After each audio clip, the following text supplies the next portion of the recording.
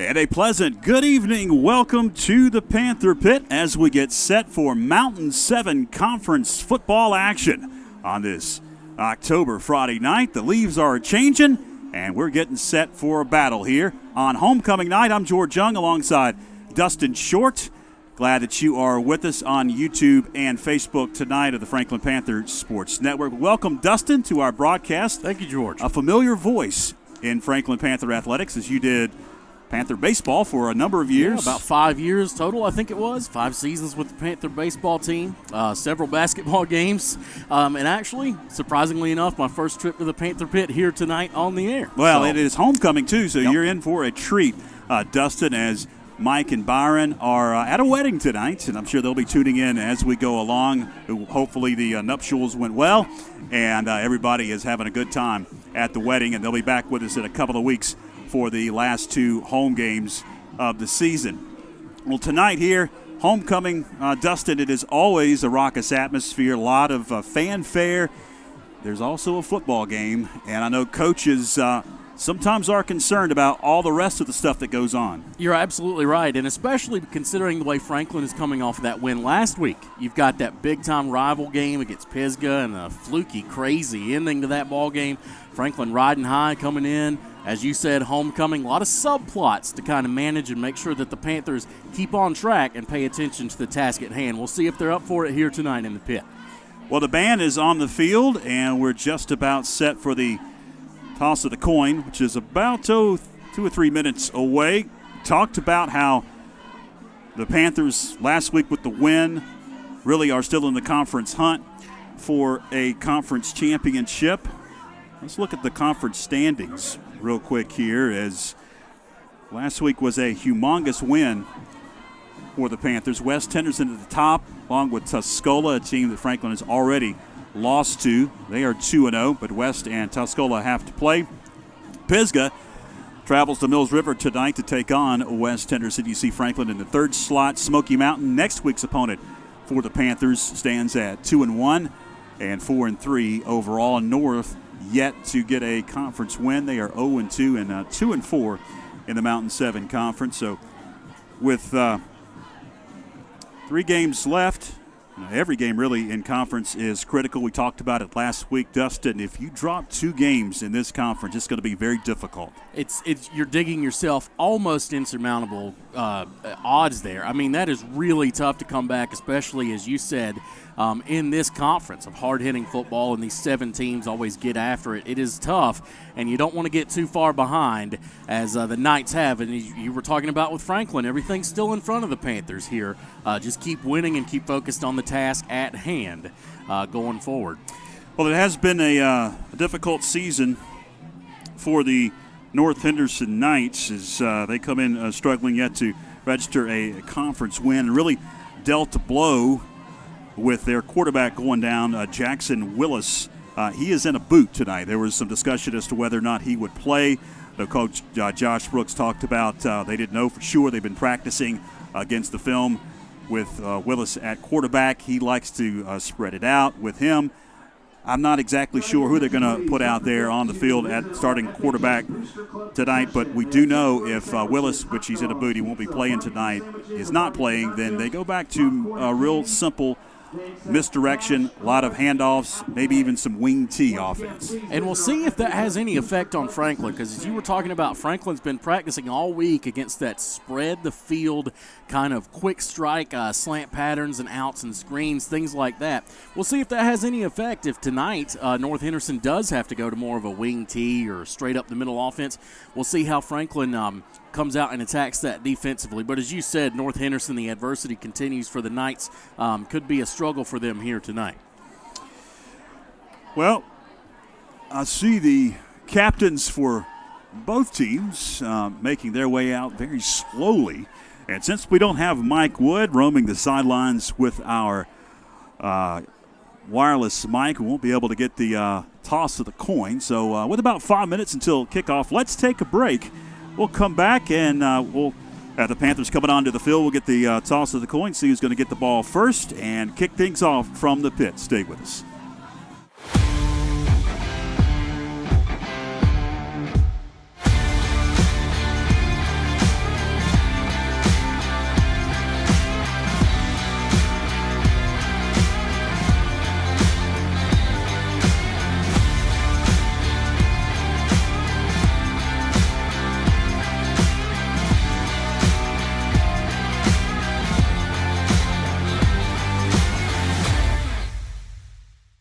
Locally owned and operated, Tipton Pharmacy is Franklin's hometown pharmacy and can fill all your prescriptions. If you need a compound or a regular prescription filled, stop by Tipton Pharmacy or use the convenient drive-thru. Tipton Pharmacy is located at 175 East Main Street in Franklin.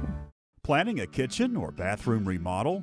The first call you need to make is to Anders Custom Woodworking. Tim Anders specializes in custom cabinetry and granite countertops for kitchens, bathrooms, offices, and entertainment centers.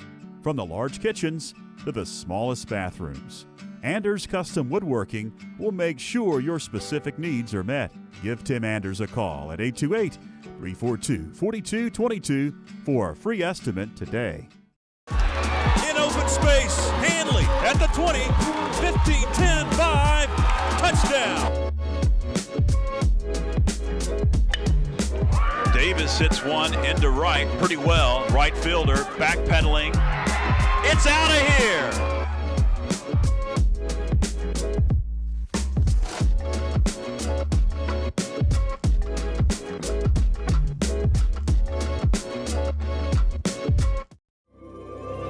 Join Backlot Cinema and the Blue Ridge Bartram Trail Conservancy for Walking with Bartram, a section hike of the Bartram Trail through Georgia and North Carolina.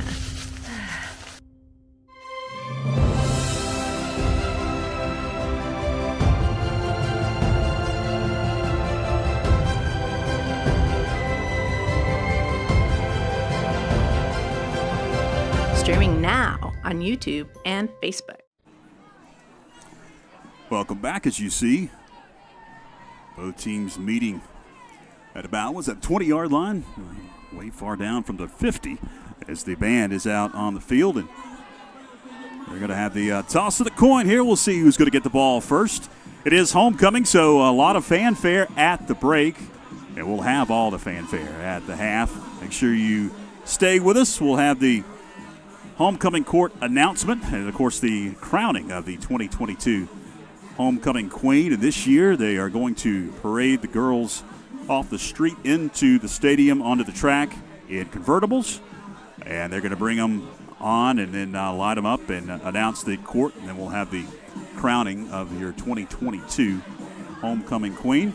Franklin's won the toss and has elected to defer to the second half, so North Henderson will have the opening possession of this football game. Well, it looks like Franklin wanted to challenge North Henderson's offense early here, George, especially with their quarterback being out. We saw him down there. You mentioned it already. Jackson Willis for North Henderson is out. He's in a boot. Now he's on crutches. I see him just kind of walking back off. He's not even dressed out.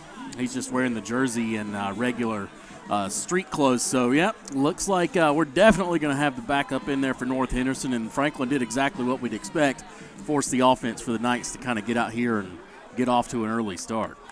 We'll see how the Panthers attack the North Henderson Knight defense. As last week, we really saw a lot of wrinkles, stuff that we have not seen all season. Some zone reads, some straight quarterback keeps with Davis Anders. So we'll see if that continues in this one as the Panthers come onto the field with the gigantic American flag here on homecoming night. The band plays Rocky Top. The Vols have a big game tomorrow. They do indeed. Tennessee. I was actually talking about this at work. The Vols looking pretty good for the first time in a long time, but is it a mirage or is it for real? Now, they're undefeated. We'll find out in the next couple of weeks as they've got some tough ones, including Alabama. I was about to say, they got the Crimson Tide coming up there in on the schedule. This one tonight, though, George, it's just going to be interesting to see, as we talked about there in the pregame, in the early part of the pregame, with North Henderson. With the question at quarterback now, are they going to line up and just try to pound it at Franklin, and how's Franklin going to respond? It's going to be interesting here on this opening drive. Yeah, a lot of unknowns coming into this one, and you get a lot of that in high school ball when you get injuries.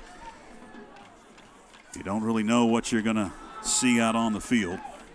The band's going to come off of that field, and we will get to first quarter action here in just a few moments. We want to thank everybody for tuning in on YouTube and on Facebook. If you just tuned in and you don't hear Mike and Byron with myself, Mike and Byron are at a wedding tonight. They could not be with us. A Friday night wedding, a rare Friday night wedding. I'm sure they are tuned in. And they'll be watching because I believe the reception's happening right now. And they'll be following along with you at home. Though it's going to be the Panthers that will kick things off. It's going to be Daniel Inslee, who has been the kicker all season long for Coach Josh Brooks to tee it up. Back deep to receive for the Knights of North Henderson, Drake Blackwell. Stand back at his 9-yard line, along with Zaquavian Gaines. And we are underway. Going to be a short kick. Up man calls for the fair catch and then goes right through his hands. He'll fall on it. That's where the Purple Knights take over, first down and 10 as Raul Corral had to just fall on that one, Dustin. Yeah, good job by Raul Corral there, just as you said, falling on it. Man, oh man, almost disastrous for the Knights right out of the gate after that short pop-up kick by Franklin. But it's going to be decent field position here for the Knights. We'll see what they line up with. Could be interesting here to start things off. Franklin lines up defensively, and here we go. I think we'll line up, looks like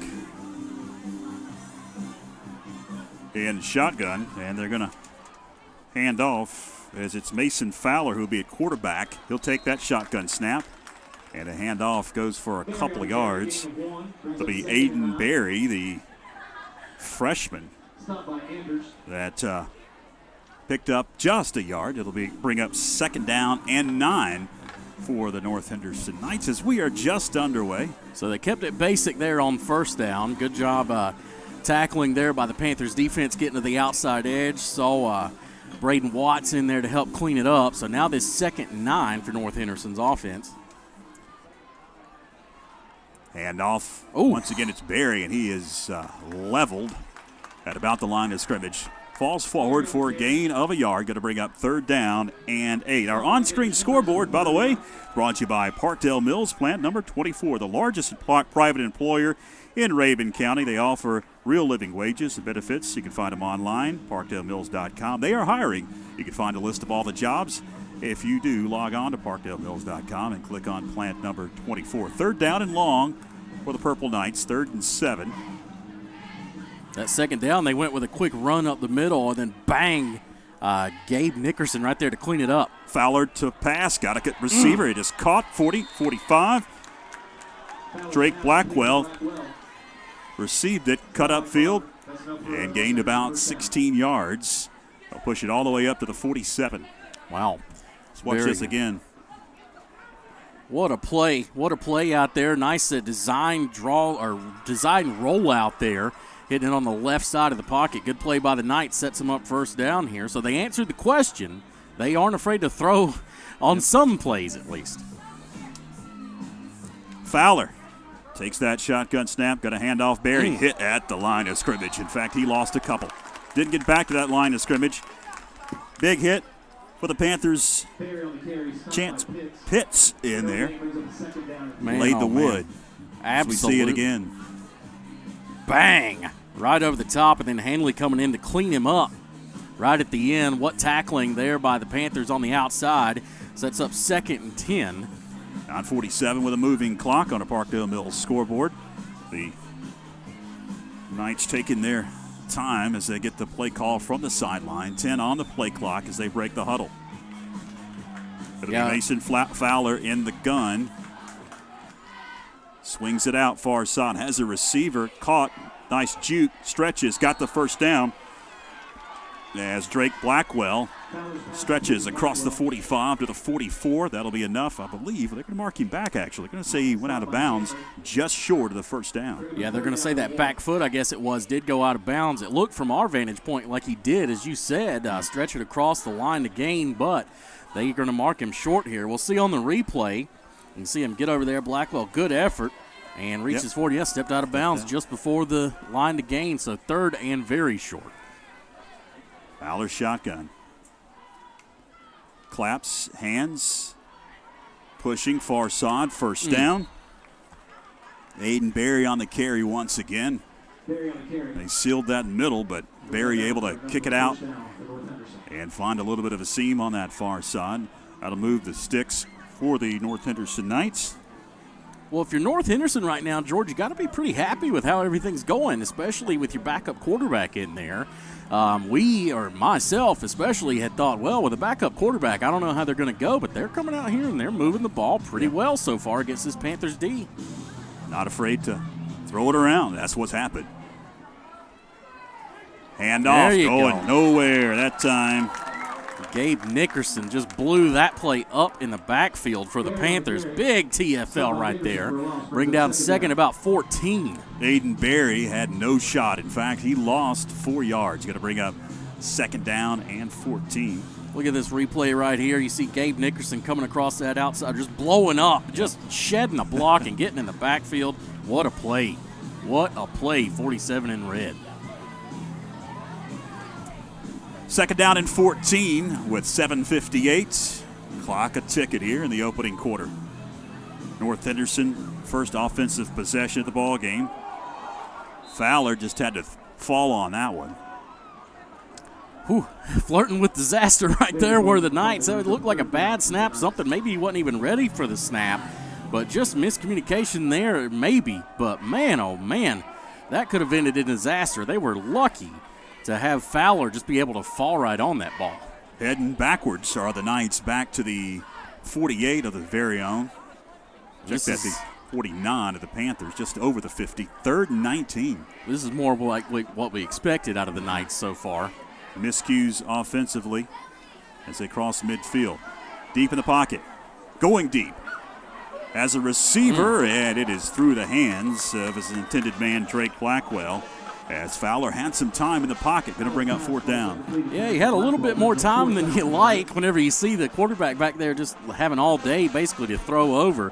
Good job in coverage over there, though. Ty Hanley helping out and incomplete. So now North Henderson's got to kick the ball back over to Franklin here for their first possession. Pretty good pass as you see it here again. Not bad at all, just a little bit out in front of the receiver. So North got a punt. Hanley back deep. High snap. They get it out of there. Pretty good punt. Hanley comes up. Dangerous play, and he's going to make it at the 30-yard line. Not a bad punt there, considering that the snap almost went over his head. Good recovery there by the Knight punter. 7:04, first quarter. Panthers have it for the first time in this ball game. It's homecoming night if you just joined us. Appreciate you tuning in on a Friday night in October. What better way to spend it than with some high school football? Davis Sanders in the gun. Hands to Ty Hanley. Hanley spinning. Oh, fighting. What a move. And Hanley is eventually snowed under at about the 32. A late flag flies in. Very late coming from behind there. See what this is. Looked like it was going to be after the play. But a good spin move there by Hanley, breaking loose. See the officials still talking it over. Be a face mask. That's what I had assumed, but you never know. You don't assume, is it a 5-yarder or a 15? I think it's just going to be the, 5-yarder. The old incidental face mask. It'll push it up to the 37-yard line. First down and 2. As the clock continues to tick, we're down to 6:45 left. Hanley got to the sticks, and we'll see where they mark it. Gains a couple. Yeah, he fell forward maybe about a yard, about a yard and a half. He's going to be right at the stick here. And they bring the chains on. Nope, they'll drop them. Now they're going to move.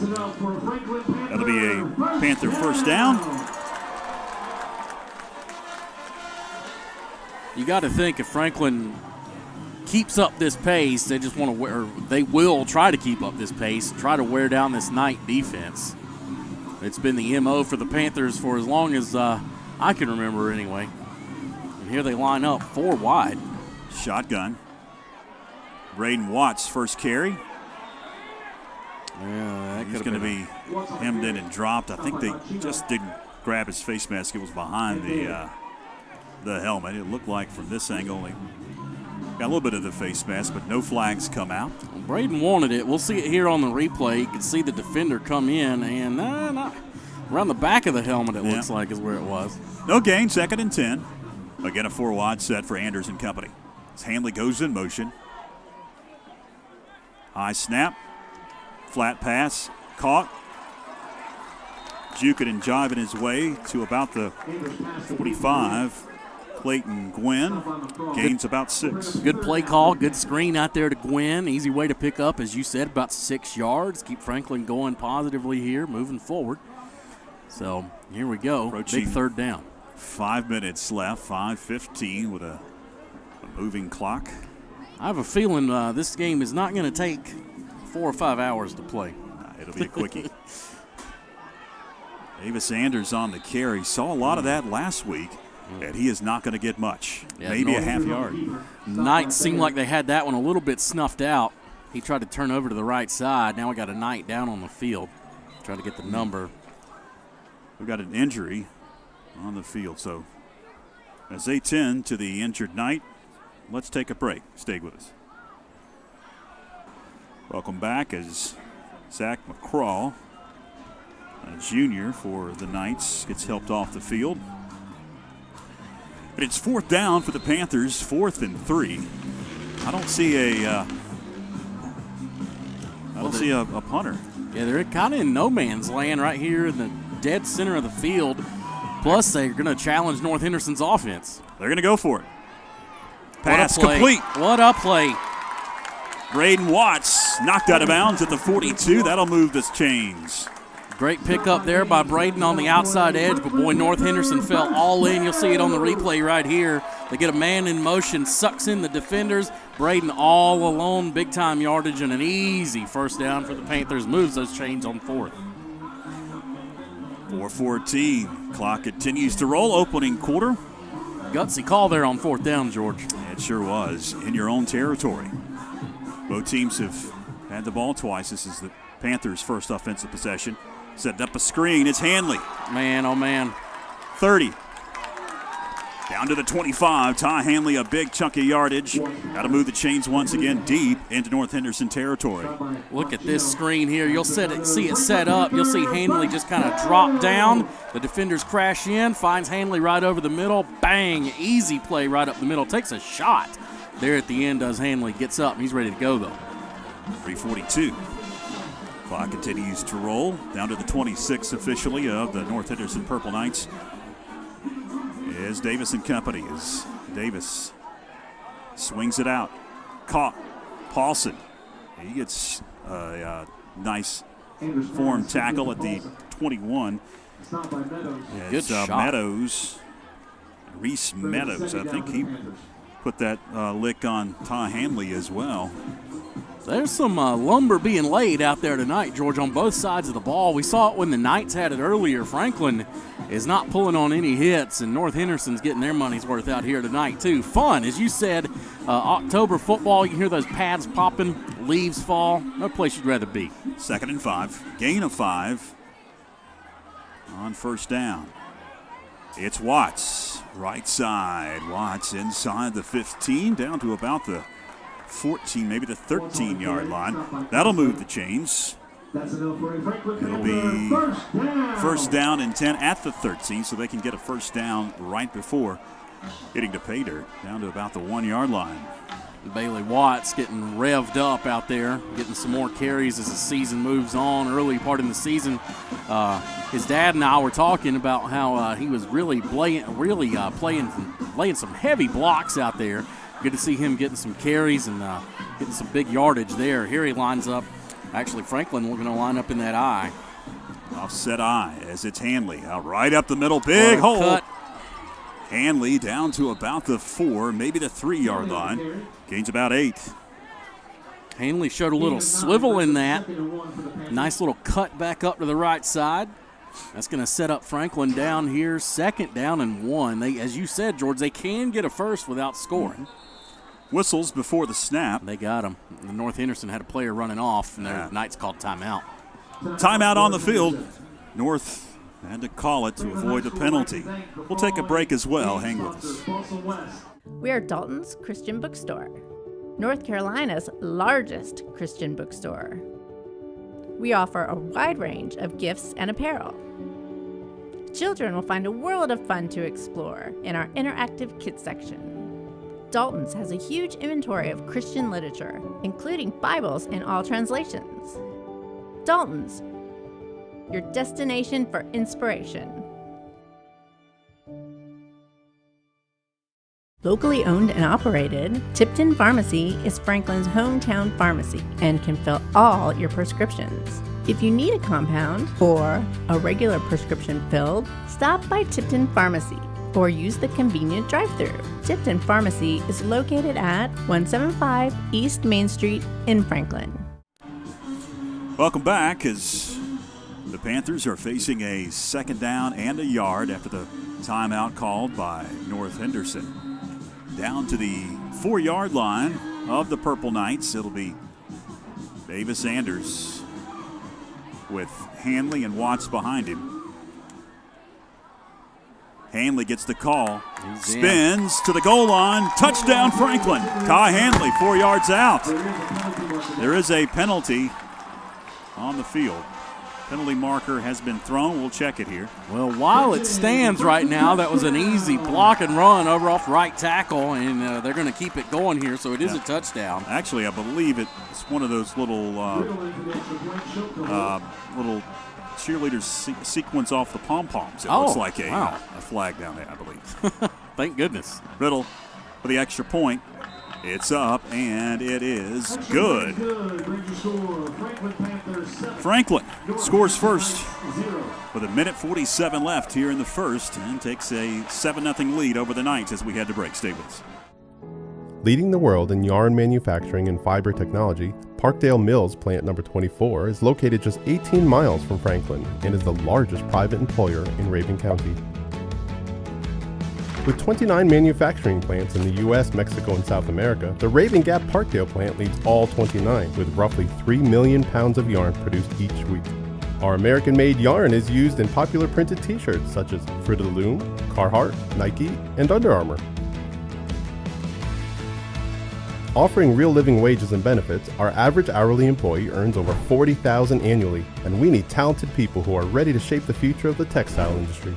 To join the Parkdale family, find us online at parkdalemills.com. Call us at 706-746-5004 or visit us in person at 815 John Beck Dawkins Road in Raven Gap, Georgia. We are Parkdale Mills. Panthers kicking it off. It's Riddle approaching the football. Going to be a short kick again.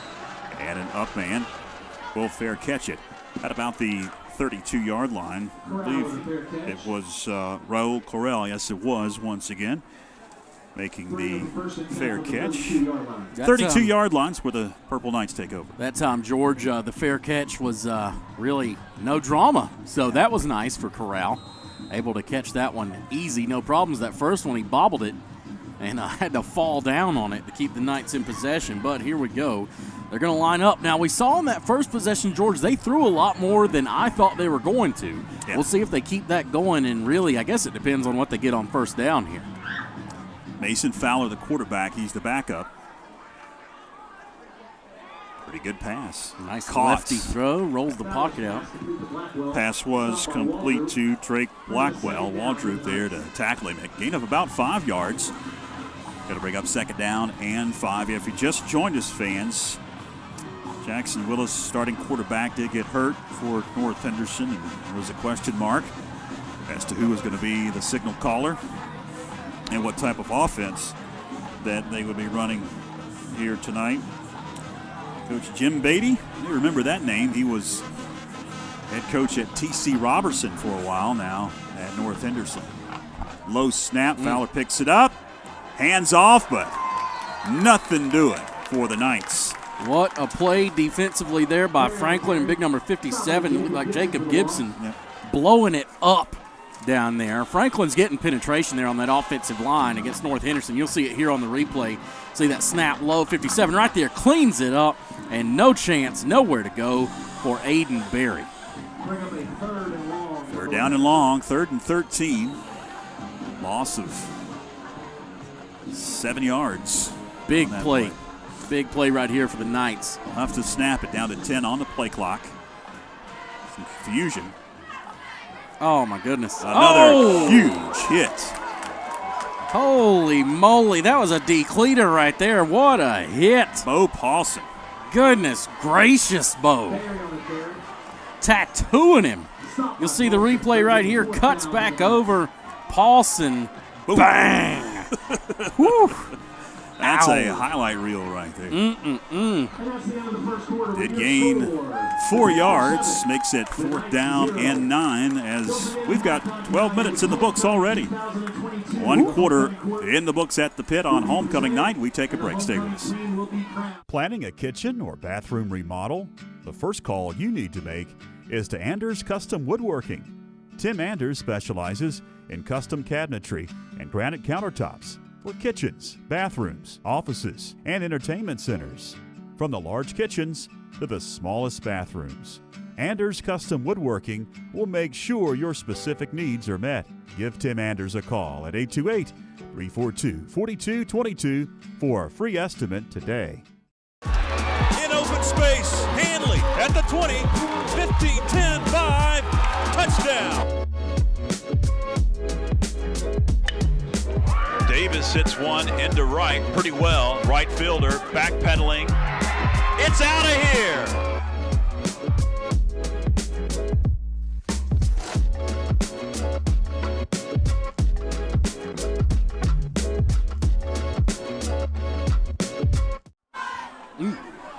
Welcome back as the punt is in the air and going to be fair caught. Waldrop at about the 44 in Panther territory. That's where the Panthers take over 1st and 10 as we begin the second quarter with the Panthers up 7-0. This is the Panthers' second offensive possession. Both teams have had it twice now. No turnovers so far in the ball game. Franklin on that first possession, George, the big play to me was that 4th down conversion for the Panthers. That really got the drive kick-started. No looking back. We'll see what they do here on drive number 2. Flat pass complete is Hanley. 45, stiff arm, out of bounds at about the midfield stripe. Hanley gains about 6. Make it a 2nd down and 4 yards to go. Well, and if they're going to leave your receivers open out there like that, why not just take it? I mean, that's an easy little spacing route, and you see it picks up 6+ yards for the Panthers here. Nice gain on 1st down. Works almost as good as a run right there. 2nd and 4 on our Parkdale Mills scoreboard. Parkdale Mills looking for talented people who are ready to shape the future of the textile industry. Looking for a job, give them a call, 706-746-5004. Trickeration. Oh, nowhere to go. Backup quarterback is going to take off. Oh, man. We said it at the same time. We've watched a lot of that early 2000s football, that trickeration right there. Franklin drew it up. They wanted the deep shot, but nothing doing. But, man, what a heads-up play. Just tucking it and running, getting that 1st down by Bo Paulson. Look at this on that outside. They didn't keep contained. He said, thank you very much. I'll take it on the legs. Thank you very much. Move them chains. Zach McCraw laid the lumber on Paulson as Paulson laid the lumber on defense on the Purple Knights' previous offensive possession. That was a remember me. It was. Anders takes off. Quarterback keep for about 3. Bring up 2nd down and 8 as we tick under 11 minutes left. Glad that you are with us as we are heading towards 8 o'clock. Not even 8 o'clock yet. We're already into the second quarter. Is this what has really flown by? Only 4 possessions total in the ball game. Yeah, this one pretty much going exactly as we thought it would so far. Quick hitter, it's Watts right up the middle, bowling his way. Phew, man. To about the 33. Even when you thought he was down, he still kept churning. And they work quickly as it's 3rd and a yard. Now they'll slow it down. 10:28 left here. Now they're going to move the sticks. It'll be a Panther 1st down. Of course, it is homecoming, so coming up at the half, we'll have the festivities, all of the homecoming court festivities. I want you to stick around for that. Special time. Homecoming always takes me back to when I was in high school and all those many moons ago. Special memories. All the dress-up days, Yep. and themes. Watts once again. Braden to about the 27-yard line. Gains about 5. That'll bring up second and short. I'm George Young along with Dustin Short tonight as Mike and Byron have the night off attending a wedding. I'm sure they are tuned in. They'll be back with us in a couple of weeks to close out the season. But thanks to Dustin for pinch hitting tonight. Big Always shoes. a pleasure. Big shoes, Mike and Byron. I could never live up to those two. 10 on the play clock. We've got whistles and a timeout going to be called by Coach Josh Brooks. Didn't like what he saw. 9:24 left. Let's take a break. Stay with us. Join Backlot Cinema and the Blue Ridge Bartram Trail Conservancy for Walking with Bartram, a section hike of the Bartram Trail through Georgia and North Carolina.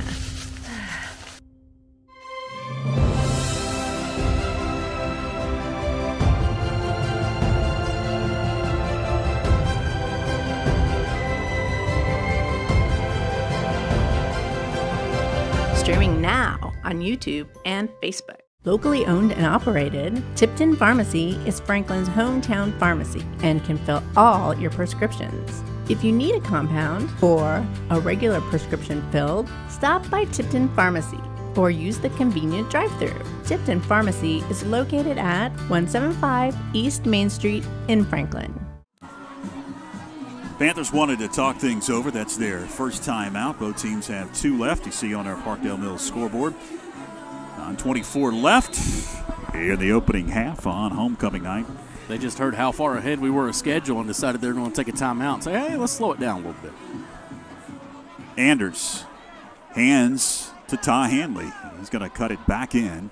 And Hanley gets close to the 24, maybe the 23. Still going to be a couple of yards shy of the first down. It's going to bring up a third down and about 2 as we tick towards 9 minutes left here in the second quarter. Panthers not wasting any time, already getting up on the ball. It's a quick snap and a handoff up the middle, and it's going to be right at the sticks for Watts. We'll see if they mark him. Forward progress has got to be right there at the sticks. We'll see. The official on the far side, the line judge is coming in and saying it's 4th down. It's close. It's definitely close, but Franklin got up there quick and quick snapped them. Looks like they're ready to go again. There you go. Anders right up the middle. That'll move the chains. Did get a stat update. Rodney and Warren. So far, the Panthers now right at 100 yards total offense, 50 yards rushing, make it 55 yards rushing, and 45 now in the air after that couple of plays there on the ground. They are wasting no time. Flat pass. It's Hanley. Oh, man. Oh, Juke and jiving gracious. to the goal line. Touchdown. Ty Hanley. 17 yards for the score, and the Panthers tack on 6 more. Yeah, he wasn't being denied, man. He saw through that pylon, and he was racing right to it. We'll see this quick dump-off pass right out to the outside of the flat. Makes a man miss, puts a stiff arm up. Jersey being tugged all the way down. He said, no, I got it. 6 for the Panthers. What a play. Acrobatic move to stay in bounds. Riddle with the extra point. Got the distance. And it's good. 14-0, your new score with 8:07 left in the second quarter as we head to break from the pit.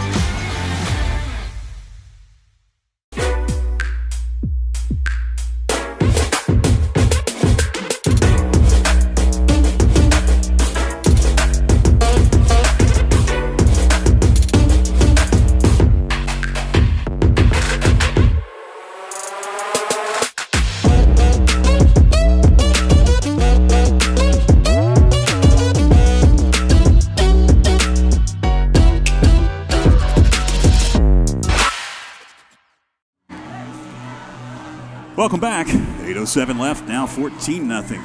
Panthers with the advantage on homecoming night. It's Riddle to kick it away. Going to be another short one. Angles it near side this time. Ball on the grass briefly, and North able to scoop it up.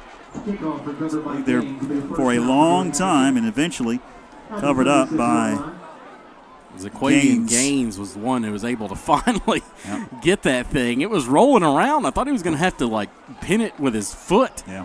But luckily for the Knights, we've seen that twice now. Two almost very costly mistakes here on special teams, which was the thing for Franklin against Pisgah. Yep. Pisgah had a bunch of special teams miscues that the Panthers were able to capitalize on, but so far they're not having to rely on that as the Panthers lead at 14-0 here. Again, it'll be Fowler out of the gun. Now going to want to go deep. Heaves in traffic. Intercepted. That was Waldrop across the 50, 40 to about the 39. He is snowed under there. First turnover for either team, and the Panthers have great field position. And if you look here, you'll see on the replay, look, they're faking the blitz from the outside. Paulson pulls off, and he's just shadowing the quarterback, just kind of a spy there, and it threw the quarterback off for a second. He decides to throw deep into double coverage. Franklin takes it the other way, says, yeah, that's an easy one. Easy pick by the Panthers, and now North Henderson really behind the 8 ball here. With Franklin's offense the way they're rolling, they're looking for another 6. Anders under center. Quick hitter, it's Watts again, right up the gut. Oh, rumbling man. And stumbling for about 9 yards. Tell you what, he is a tough runner, and we all know he gets that from his mom. That's ridiculous. It'll be a 10-yard gain. It'll be a first down for the Panthers. Shout out to my friend Chris Watt. Hey, he's right down on the fence over there. I talked to him I'm watching tonight. I'm watching him. I'll see his phone light up here in about 10 or 15 seconds. Quick hitter once again. And stood up after about 3 is Watts again. Well, they hadn't been able to stop it, George. Why not? I mean, every time Franklin's gone with those quick handoffs right up the middle, they've just gashed them. That was the first time that North Henderson's been able to stop them for less than, I think, 5 yards. Just about every time Franklin's able to get up there, and they hand it off to Watts, and he's 5 yards a hit up the field before they know what to do. Approaching 7 minutes left. Shotgun for Anders. He'll send a man in motion. Grabs that shotgun snap. Throws it back to Paulson. Double throw. Wide open. Touchdown. Ashton Shope was wide open. Touchdown. They wanted it on that other possession, George. They went right back to it. They said, hey, it didn't work the first time. Well, this time, North Henderson just bid on it, and they got it easy. Franklin, look at this. The double pass sets it up, peels it back, still can throw it forward, right over the top. Nobody even in the frame next to Ashton Shope. Easy 6 for the Panthers. Nobody within 10 yards. It's Riddle for the extra point. Ashton Shope, who just caught the touchdown pass, will be the holder. Oh, man. He gets it down, and the kick is up and good. 6:52 remaining here in the first half, and you do score. Franklin 21, North Henderson nothing. We'll take a break back after this. Planning a kitchen or bathroom remodel? The first call you need to make is to Anders Custom Woodworking. Tim Anders specializes in custom cabinetry and granite countertops for kitchens, bathrooms, offices, and entertainment centers. From the large kitchens to the smallest bathrooms, Anders Custom Woodworking will make sure your specific needs are met. Give Tim Anders a call at 828-342-4222 for a free estimate today. Locally owned and operated, Tipton Pharmacy is Franklin's hometown pharmacy and can fill all your prescriptions. If you need a compound or a regular prescription filled, stop by Tipton Pharmacy or use the convenient drive-thru. Tipton Pharmacy is located at 175 East Main Street in Franklin. It's Riddle that has teed it up. And he is about to poach that football with the Panthers up now 21-0. Angles at far side on a dead sprint. Caught it about the 20, up to the 30, 35. Pushback was Gaines. Let's see where they give forward progress up to about the 36. That's where the North Henderson Knights will start first and 10. 6:48 left, just past 8 o'clock. Glad that you are with us on YouTube and on Facebook. If you don't have the means to become a corporate sponsor of FPSN, we invite you, if you want to contribute to what we do, log on to our PayPal account. We've got a link in the post. Also, I believe there's a link in the comments section. You can support our broadcast of Franklin Panther athletics and allow us to do even more throughout the season.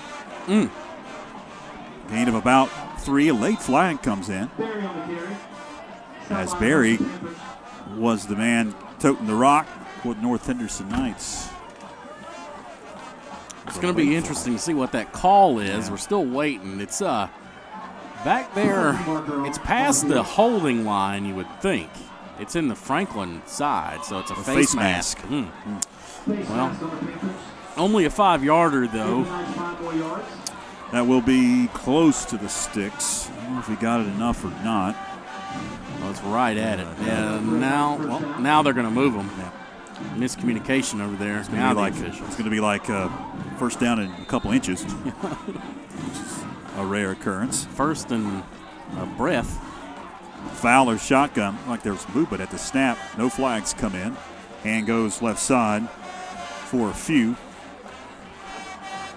Aiden Berry, once again the ball carrier. Gains right at 2 yards. 2nd and 8. Yeah. We are approaching 6 minutes left in a fast-moving first half. And George, another reason it's fast is because North Henderson now, ever since that interception, they haven't put the ball in the air yet. I don't know when they're going to try to test out Fowler's arm. But well, last time it was a bad result. Did not go well, to say the very least. He lines up here in a pistol. Hand to Fowler. Check that, Barry. Barry able to gain about 3. Barry's a pretty tough little runner. He doesn't get cheated on effort out there on that left side.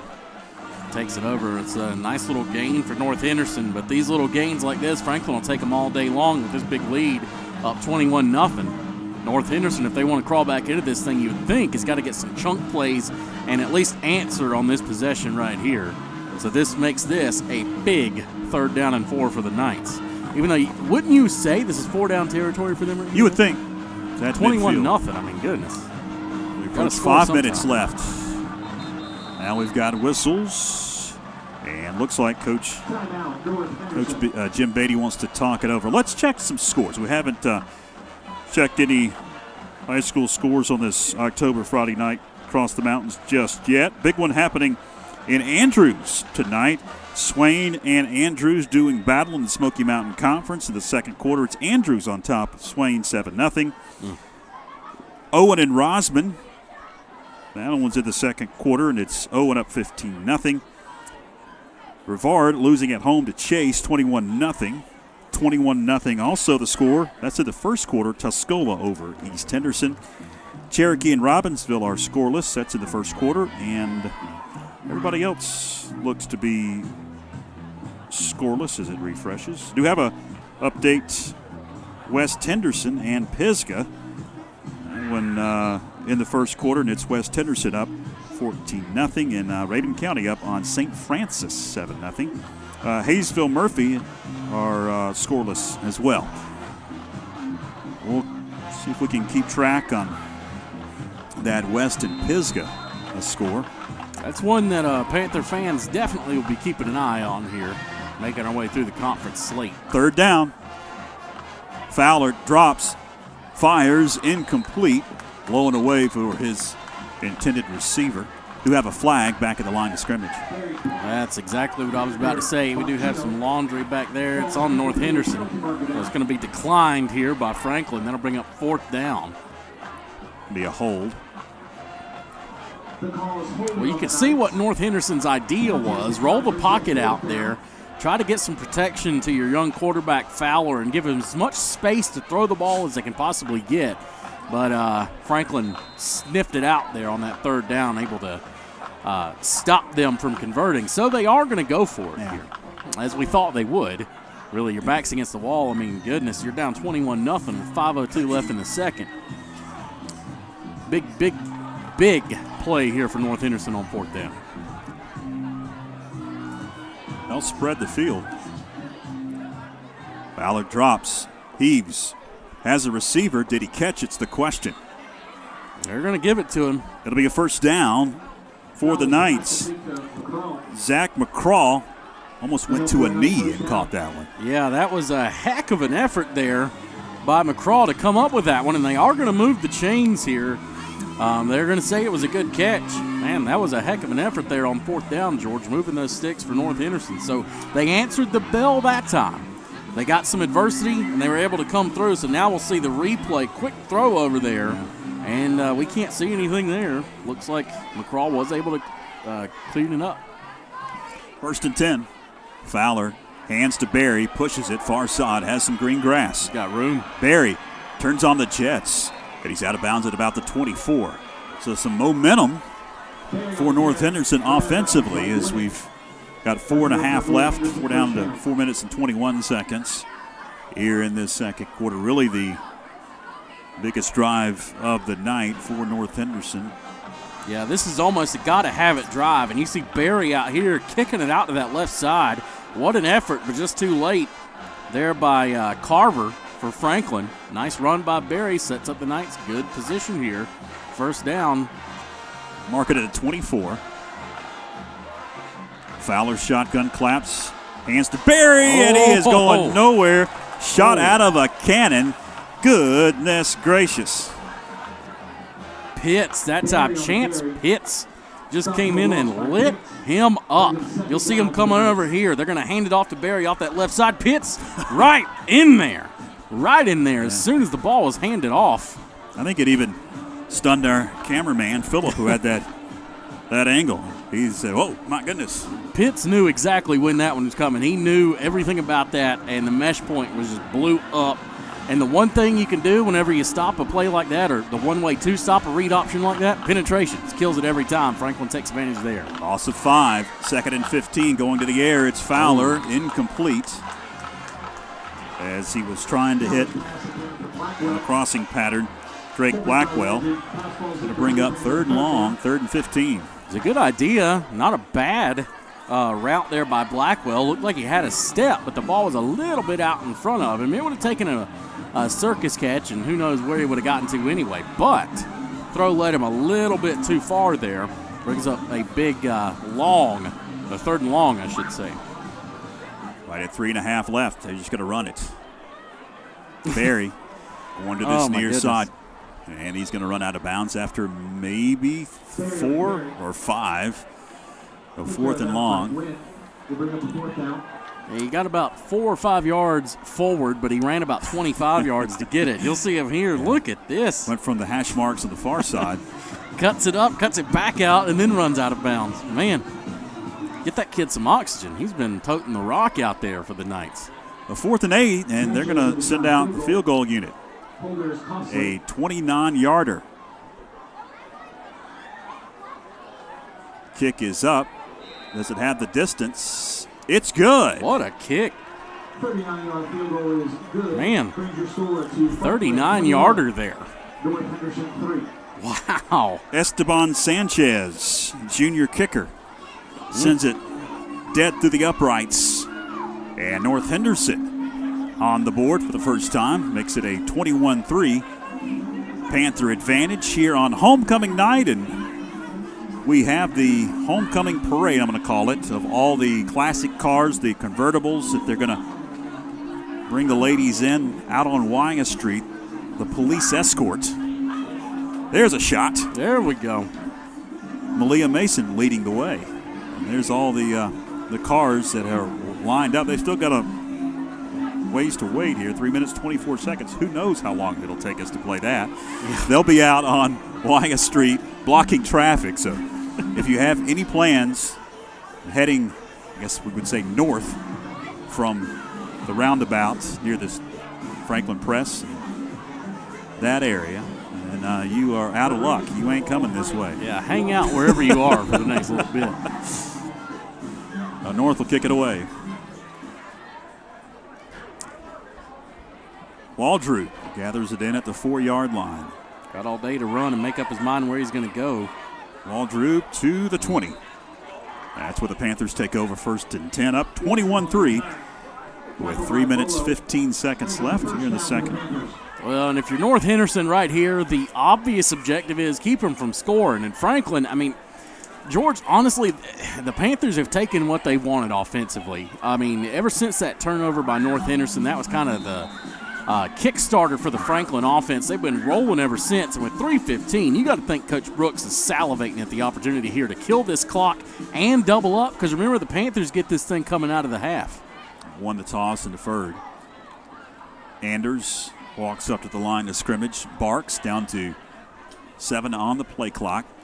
He takes out hands.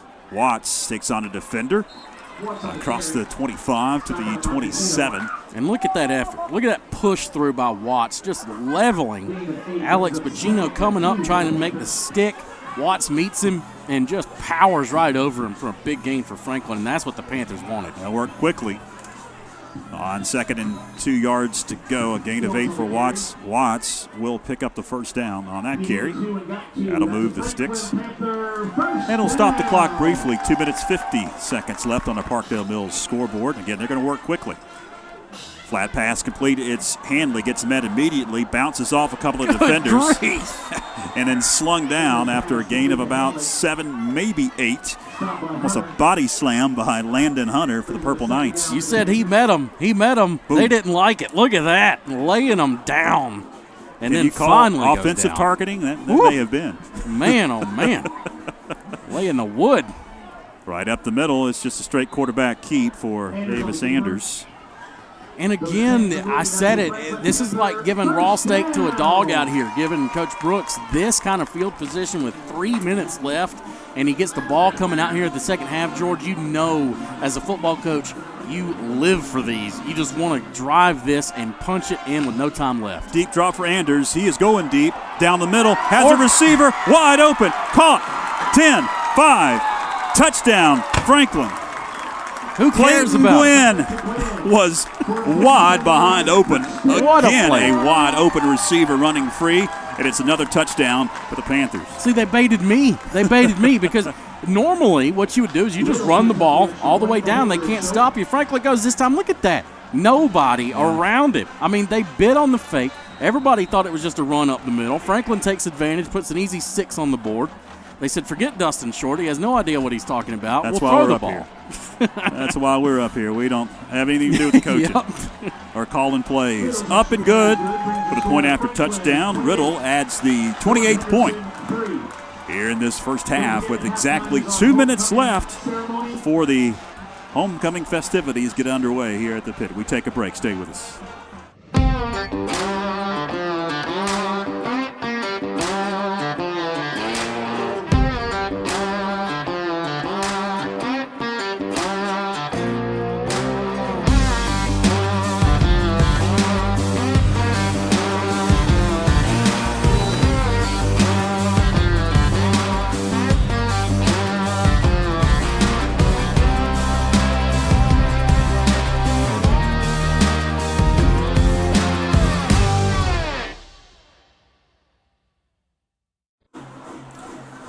Welcome back. You see the police escort, Macon County's finest, as the cheerleaders are checked at the homecoming court is ready to come on to the track and be introduced. Well, the boys in blue over there are Franklin PD. Need to investigate a theft because Franklin just absolutely stole an easy touchdown off of that. They just ran the ball, got a man behind the defense, and look at this, another pop-up kick. This one goes out of bounds. Yeah, it didn't kick up. It just went out of bounds, and that'll be a flag. That'll give North Henderson the football, basically in the same position. We'll move it up to the 35. With a minute 58 left, Coach Jim Beatty and his Purple Knights are now trailing 28-3.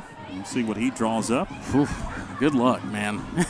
This is another one of those situations, as you said it. You know, we're up here because we don't make the plays and saying that or call the plays. I'm glad I don't have to call the plays for North Henderson. What do you do? What do you do? Down 28-0 after that, or 28-3. Feels like 28-0.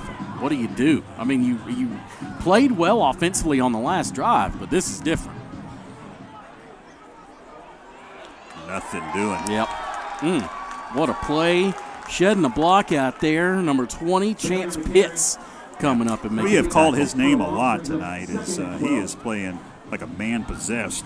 See him come off of this side, reads it perfectly. Look at that. I said he came off a block. No, he did not. He was untouched. Aiden Berry, tough sledding, lost 2 yards, 2nd and 12.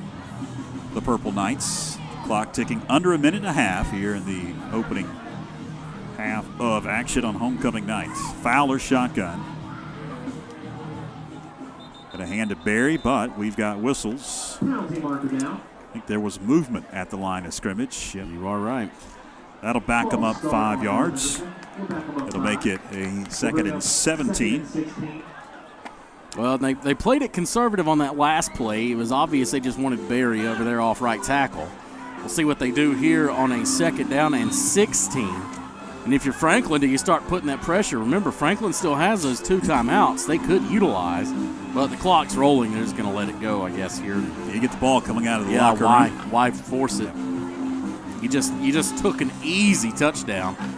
Go ahead and take that, and then come back out here and put the pedal to the metal on that next possession. It's Berry again, weaving in traffic and then getting pushed back at that line of scrimmage.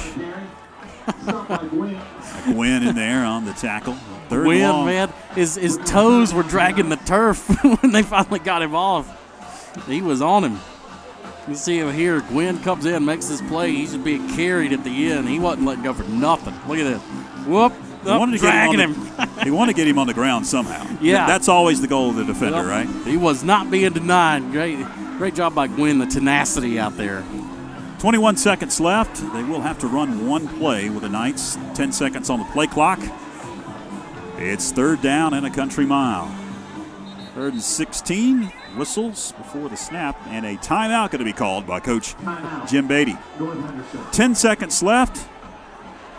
Jim Beatty wants to discuss this 3rd down and long, 3rd and 16, and get some momentum. I wouldn't say momentum, but at least something positive happening as you head into the locker room. I think at this point, that's what the coaching staff of North Henderson's looking for. Yeah, I agree. I just would hate to be the one trying to make the decision as to what play you draw up here. Because you're right, you want to get some momentum, but we've seen with the backup quarterback in there, the decision-making has been erratic tonight. He's made some good decisions, but he also had that terrible interception. So you don't want to put the ball in his hands to make a play here on Thursday, big 3rd down. You don't want to throw a pick six either. No, you do not. That is the number one thing you don't want to do. You're backed up at your own 29-yard line. And Franklin is just going to back him up here and guard it. I mean, I don't know. We'll see. This is an interesting play call. Fans, stay with us. We're about to head to the break. Homecoming festivities coming up. Won't have an interview with Jay Brooks as Mike isn't with us tonight. Fowler shotgun. Looks to fire. Receiver, far side, caught. Up to about the 43-yard line. Did he get out of bounds? No, he didn't. They'll roll the clock, and that's going to do it for the opening half of action here at the pit on homecoming night. Fans get on their feet and cheer the Panthers heading into the locker room, up 28-3 over the North Henderson Knights in this Mountain 7 Conference showdown. They're going to clear the field and bring on the homecoming court. We're going to take a break here, allow the parade, I guess we could call it, of homecoming ladies to come onto the track. They'll exit their vehicles, get lined up. The band will come onto the field. They'll bring out the homecoming trellis, I'm sure, and we'll have the full homecoming festivities and the crowning of the 2022 homecoming queen here in just a few moments. So we are at the break here at the pit. 28-3 is your score as we head to break. Stay with us. The FHS Athlete of the Month is sponsored by the First Citizens Bank and Corbin Dental. First Citizens has been helping families and businesses make more of their finances for over 100 years. Corbin Dental is a locally owned dental practice providing comprehensive and advanced dental care in Franklin. The September 2022 Athlete of the Month award goes to Abigail Angel, women's tennis.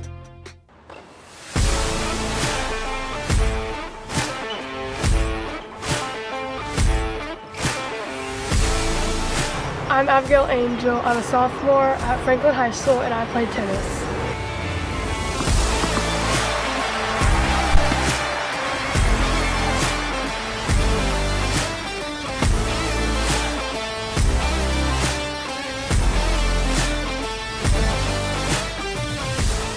I've been playing tennis for 9 years and my favorite part about it is my backhand because I can put a lot of power to it.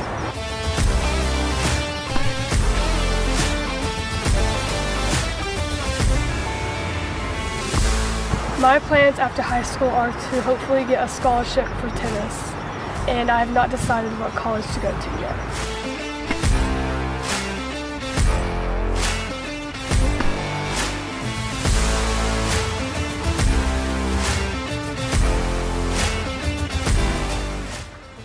Our team goals this year is to hopefully make it to the state playoffs.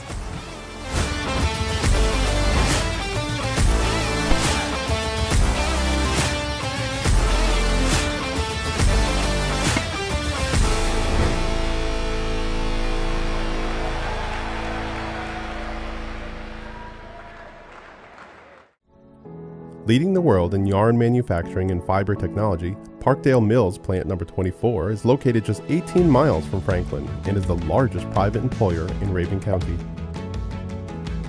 With 29 manufacturing plants in the U.S., Mexico, and South America, the Raven Gap Parkdale plant leads all 29, with roughly 3 million pounds of yarn produced each week. Our American-made yarn is used in popular printed t-shirts such as Fruit of the Loom, Carhartt, Nike, and Under Armour. Offering real living wages and benefits, our average hourly employee earns over $40,000 annually, and we need talented people who are ready to shape the future of the textile industry. To join the Parkdale family, find us online at parkdalemills.com. Call us at 706-746-5004 or visit us in person at 815 John Beck Dawkins Road in Rabun Gap, Georgia. We are Parkdale Mills. Welcome back, fans. The parade has begun. We're going to join our public address announcer, Ken Neitz, now for the homecoming festivities. Again, thank you for making tonight extra special.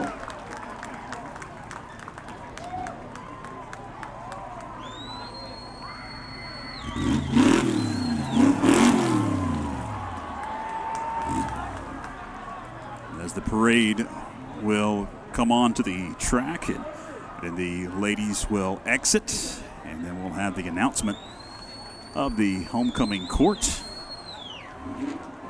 There's a ton of vintage and some new cars, too,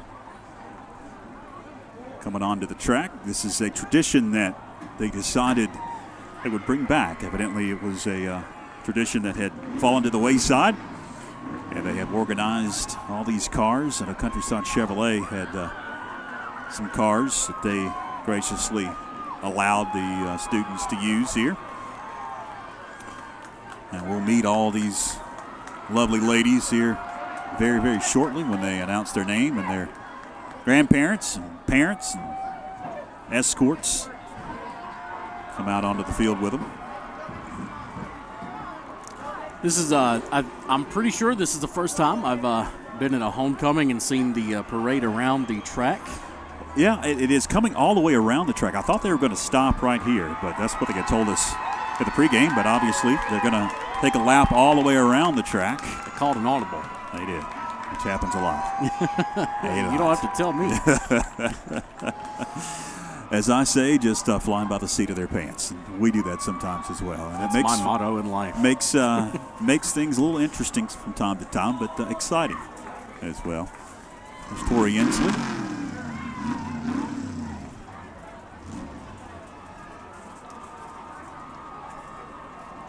Tell you, George, as I said during the game, you look at this homecoming stuff, and it just takes me back to all those fun fall Friday nights in the upstate of South Carolina, hanging out with the friends and all that. It's a special moment, especially for these seniors and everything. It's just a special time. It's a lot of fun every year. Never forget when you're 50, 60, 70 years old, you remember your homecoming, especially if you're a part of this. They're going to start exiting, I believe, now. And some of the ladies will come on to the field. We may go a little bit past. They put 20 minutes up on the clock. We're already down to 14. Yeah, I believe we may blast past that 20-minute mark with this parade. Yeah, that was going to be my next point. I believe we're going to see some time added. It's going to turn into a soccer game, a soccer match, whatever that is. Some added time. Yeah. But during the game there, George, we saw Franklin, really have their way with North Henderson. But North Henderson, you got to give them credit. They came in here with backup quarterback. They just threw off their entire game plan, and they've answered pretty well. I mean, the scoreboard says no, but they have not played as bad as what they could have. They could have came in here and just laid down and said, well, forget about it. But they showed some fight there in that first half. Sure did.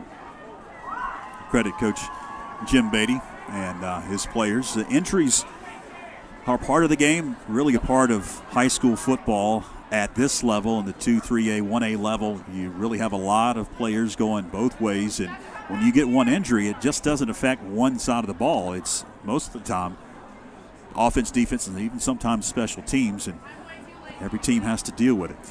While they get everything situated here, let's run down some scores across the mountains as we are at the half in a few of these ball games. Brevard's come back and cut the Chase lead to 21-14. That's in the second quarter. West Henderson and Pisgah now tied at 14. Oh. That's in the second quarter. Raven County up on St. Francis 10-7. That's also in the second quarter. Murphy on top of Hayesville 7-0. That's in the second quarter. Hendersonville all over East Rutherford 24-0. Tuscola is blanking East Henderson. That's in Waynesville tonight. 35-0. That one, I believe, is at the half as well. 21-0. Andrews blanking Swain. That one is at the half.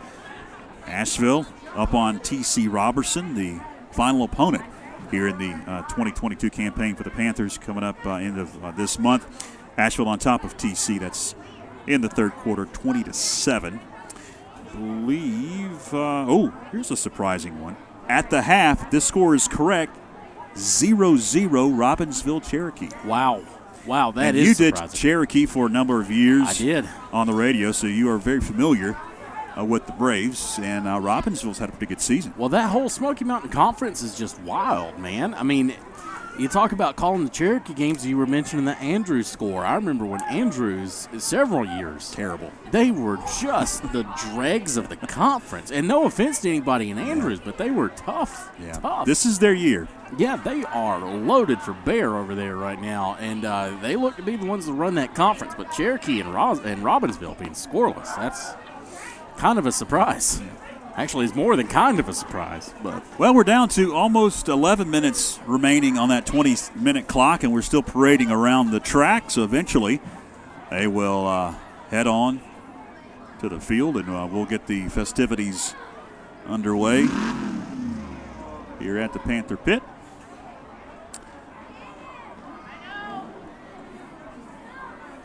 Beautiful night for football. Temperature finally feels right. It's nice. Could not get any nicer. Oh my goodness! Today was one of those days at lunch. You just go and you're like, oh my goodness! You just know it's. You want to eat outside. Absolutely. There's rare days when you just want to go outside and eat, and today was one of them. And we got to enjoy these while we got them, because the temperature's going to drop here pretty soon, and going to be rainy and all that kind of stuff. But fall in the mountains, just beautiful, beautiful time. And I'll see some ladies have exited the vehicles. And we'll have the script being read here in just a few. I have people now texting me and asking for shameless plugs and shout-outs. And because obviously we're trying to fill airtime at this point. Yes, New Wave Dave. Yeah, he's one of them too. That wants some shameless plugs and shout-outs. The fans, next Friday, the Panthers travel to Smoky Mountain for the Battle of Cowie Mountain at another big Mountain 7 Conference tilt. I believe Smoky is off tonight. They'll have an open date and then face Franklin in Silva next Friday. And then the Panthers come back home for the last 2 ball games of the regular season on the 21st to the 27th of October. West Henderson and T.C. Robertson. So after tonight, only 2 conference games left for the Panthers. That is just crazy to think. Flown by. Football season every year, right? Is we all look forward to it, and then we love it, and then next thing you know, it's over. And we're ready for it again. Just crazy. We have some ladies lined up. And Ken Neitz will take over here for the halftime festivities. They've lined up all the cars on the far side. Yeah, if you could take that 63 Corvette and park it over my house, is just about 2 miles that way. Go up that way. Yeah, turn to the right. Just get a good photo op. That's all you want, right? Yeah. Just leave me the keys, just in case. Joyride. Yeah. Leaf look. I deserve it, right? I don't know what I did to deserve it, but I think it's something. Goodness gracious. These cars, man. And some nice ones. And we'll have, by the way, the final 2 ball games here on the Franklin Panther Sports Network, YouTube, and Facebook. If you haven't already, say it a lot, go ahead and subscribe to our YouTube channel. When you do that, you'll get notifications if you click the bell when we have content that we post. Also, when we go live, it will let you know on your phone, notification, or on your computer. Also, the same with Facebook. If you follow our Facebook page, like it, follow it, you can go into the notifications and set it so that you know when we're live with a broadcast. You can click on it and you can watch what the homecoming court this year was nominated and voted on by the student body of FHS. The flowers and plants for tonight are from April's Flowers on Main. Now for the homecoming representatives. Miss Sarah Grace Krupe. Sarah is a freshman and is the daughter of Brian and Crystal Krupe. Her escort tonight is her father. Sarah is a member of the JV volleyball team, FCA, student council, and is a member of her church youth group at Franklin Church of God. Miss Sarah Grace Krupe.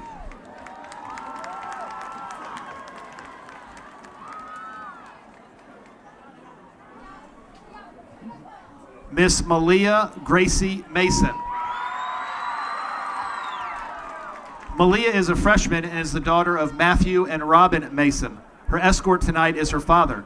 Malia is the member of the JV volleyball, basketball, and softball teams and is a member of Pleasant Hill Baptist Church. Miss Malia Gracie Mason.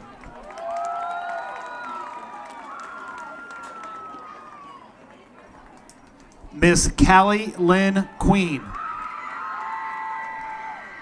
Callie is a sophomore and is the daughter of Justin Hodgen and Nicole Bates. Her escort tonight is her father.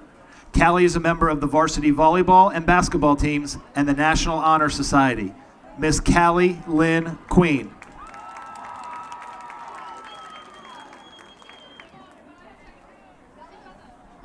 Miss Michaela Dwayne Sanders. Michaela is a sophomore and is the daughter of Jamie Waldrop and Skip Sanders. Her escort tonight is her father. Michaela is a member of the varsity volleyball and basketball teams, student council, the National Honor Society, Interact Club, where she serves as an officer, and Ridgecrest Baptist Church. Miss Michaela Dwayne Sanders. Miss Catherine McCall Sanders. McCall is a junior and is the daughter of Jamie Waldrop and Skip Sanders. Her escort tonight is her father. McCall is a member of the varsity volleyball and basketball teams, Student Council, the National Honor Society, the Student Leadership Team, and is a member of Ridgecrest Baptist Church. Miss Catherine McCall Sanders.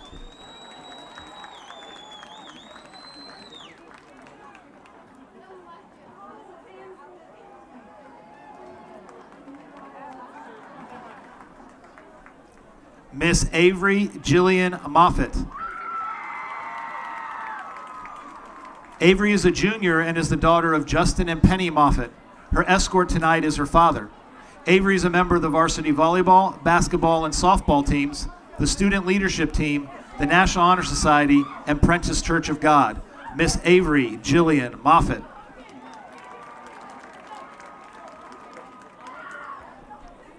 Miss Hope Ann Smith. Hope is a junior and is the daughter of Jason and Sherry Smith. Her escort tonight is her father. Hope is a member of the indoor and spring track and field teams, FCA, the National Honor Society, the Leadership Team, and is a member of Cowie Baptist Church. Miss Hope Ann Smith.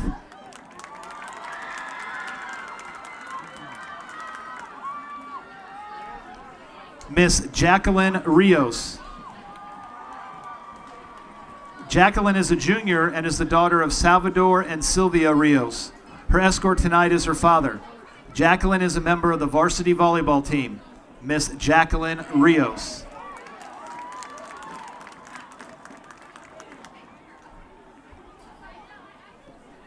Miss Olivia Hope Owl.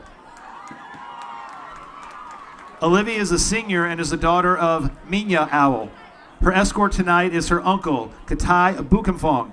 Olivia is a member of the cross-country team, the indoor and spring track and field teams, and FBLA.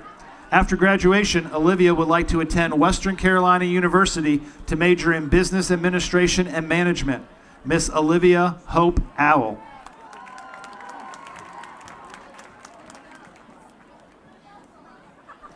Miss Abby Joy Carpenter. Abby is a senior and is the daughter of Dennis and Melinda Carpenter. Her escort tonight is her father. Abby is a member of the varsity wrestling team, the softball team, FBLA, and is the senior class president in student council. After graduation, Abby plans to attend a 4-year university to continue wrestling and major in business. Miss Abby Joy Carpenter.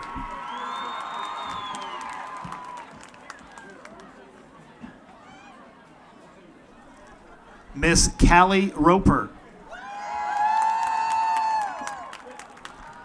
Callie is a senior and is the daughter of George and Pam Roper. Her escort tonight is her father. Callie is a member of the swim team, National Honor Society, HOSA, Student Council, and Watauga Baptist Church. Callie serves as a parliamentarian for HOSA and is the president of Interact. After graduation, Callie plans to attend UNC Chapel Hill for a pharmaceutical degree. Miss Callie Roper.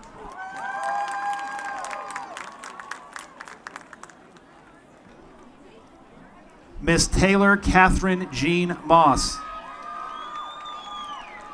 Taylor is a senior and is the daughter of Timmy Moss and Patty Duffy. Her escort tonight is her father. Taylor is a member of the varsity volleyball team, student council, the National Honor Society, the math club, HOSA, and the leadership team. Taylor serves as a historian in HOSA and as the student body president in student council. After graduation, Taylor plans to attend UNC Chapel Hill and major in psychology and journalism. Miss Taylor Catherine Jean Moss.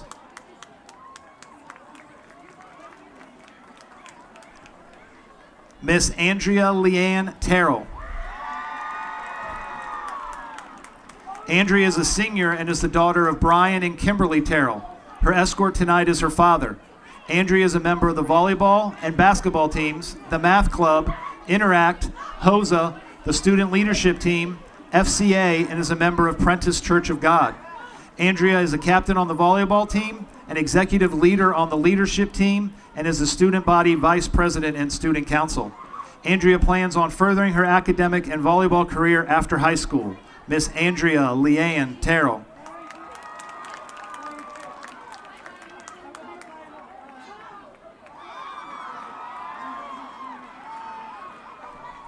Miss Tori Madison Ensley. Tori is a senior and is the daughter of Kim and Todd Ensley. Her escort tonight is her father. Tori is a member of the varsity volleyball, basketball, and softball teams, the National Honor Society, the leadership team, a leader in FCA, and a member of Cowie Baptist Church. After graduation, Tori plans to attend NC State to play softball and earn a degree in special education. Miss Tori Madison Ensley.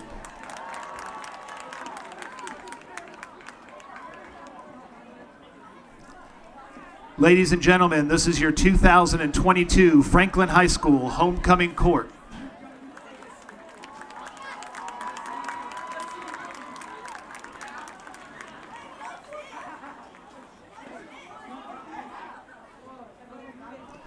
Returning to crown this year's homecoming queen is the 2021 homecoming queen, Miss Gracie Cochran. Please give a nice warm welcome to our 2021 homecoming queen, Miss Gracie Cochran. Gracie is accompanied by FHS Principal Mr. No. Please give a nice warm welcome to Gracie and Mr. No. Assisting Gracie and Mr. No tonight are our FHS junior escorts, Lila Pinkston and Griffin Hawkins. Lila is the daughter of Jesse and Kim Pinkston, and Griffin Hawkins is the son of Russell and Hope Hawkins.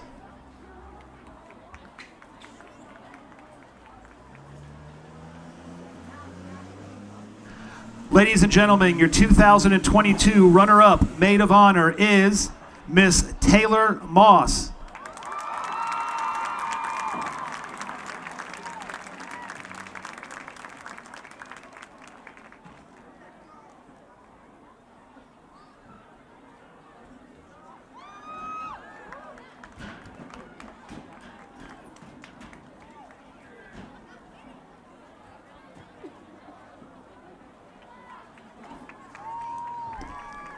I am now pleased to present to you the 2022 homecoming queen, Miss Tori Ensley.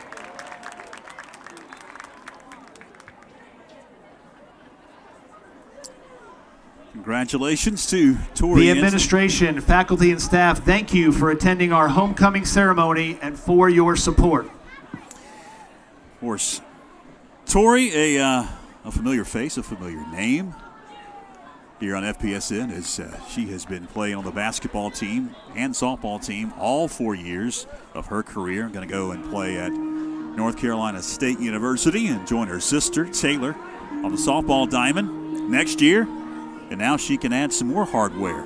She doesn't have enough. She's got a crown now. Yeah, not a bad high school career.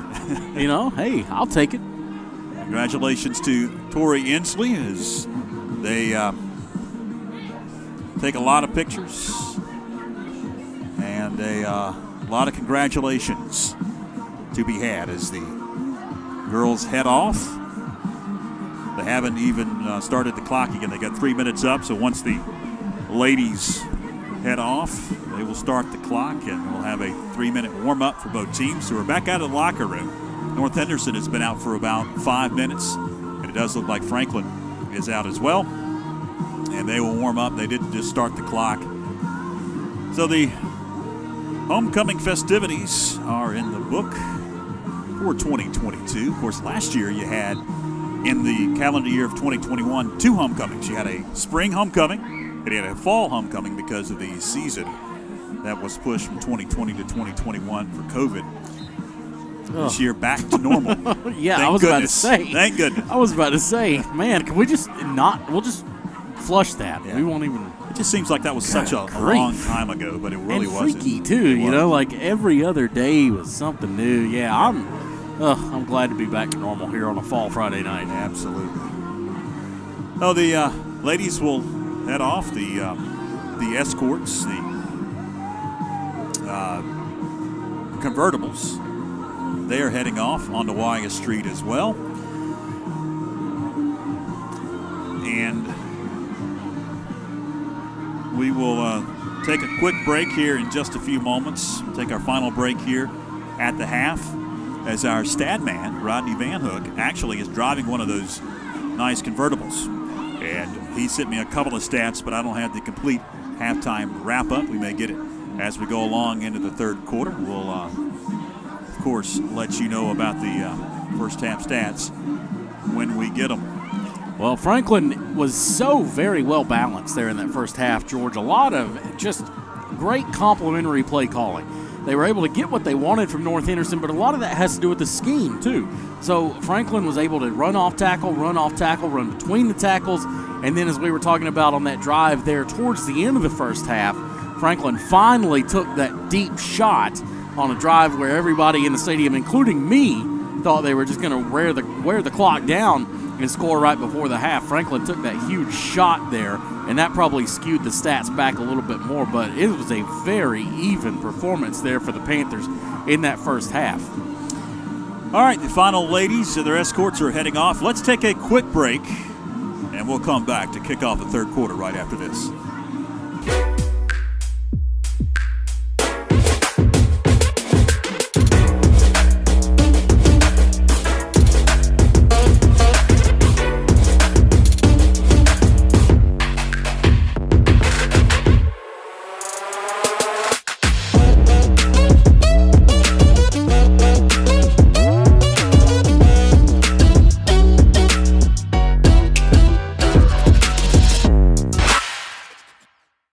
Planning a kitchen or bathroom remodel? The first call you need to make is to Anders Custom Woodworking. Tim Anders specializes in custom cabinetry and granite countertops for kitchens, bathrooms, offices, and entertainment centers. From the large kitchens to the smallest bathrooms, Anders Custom Woodworking will make sure your specific needs are met. Give Tim Anders a call at 828-342-4222 for a free estimate today. Locally owned and operated, Tipton Pharmacy is Franklin's hometown pharmacy and can fill all your prescriptions. If you need a compound or a regular prescription filled, stop by Tipton Pharmacy or use the convenient drive-thru. Tipton Pharmacy is located at 175 East Main Street in Franklin. Welcome back. Halftime here at the Panther Pit. 28-3, Franklin on top of the North Henderson Knights. And it looks like we are ready for the third quarter to begin. Both teams have had enough time to warm up. Both teams had enough time to cool down, warm up again, then cool down again, and now they're warmed up, ready to go. 12 minutes up on the scoreboard clock. A Parkdale Mills scoreboard, and North Henderson will kick off to the Panthers as Franklin won the toss and elected to defer to the second half. So we'll have the ball to begin things here in the third quarter. Waldrop, along with Gwynn, back deep to receive.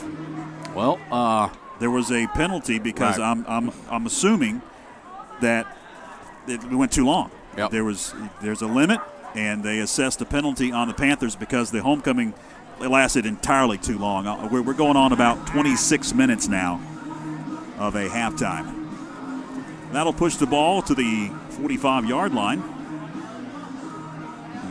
I'm sure the Knights will just kick it deep as it falls off the tee. I was about to say, he just laid it down. No, it didn't fall off. I was about to be very confused by this newfangled kicking they had going on. Esteban Sanchez with a 38-yard field goal.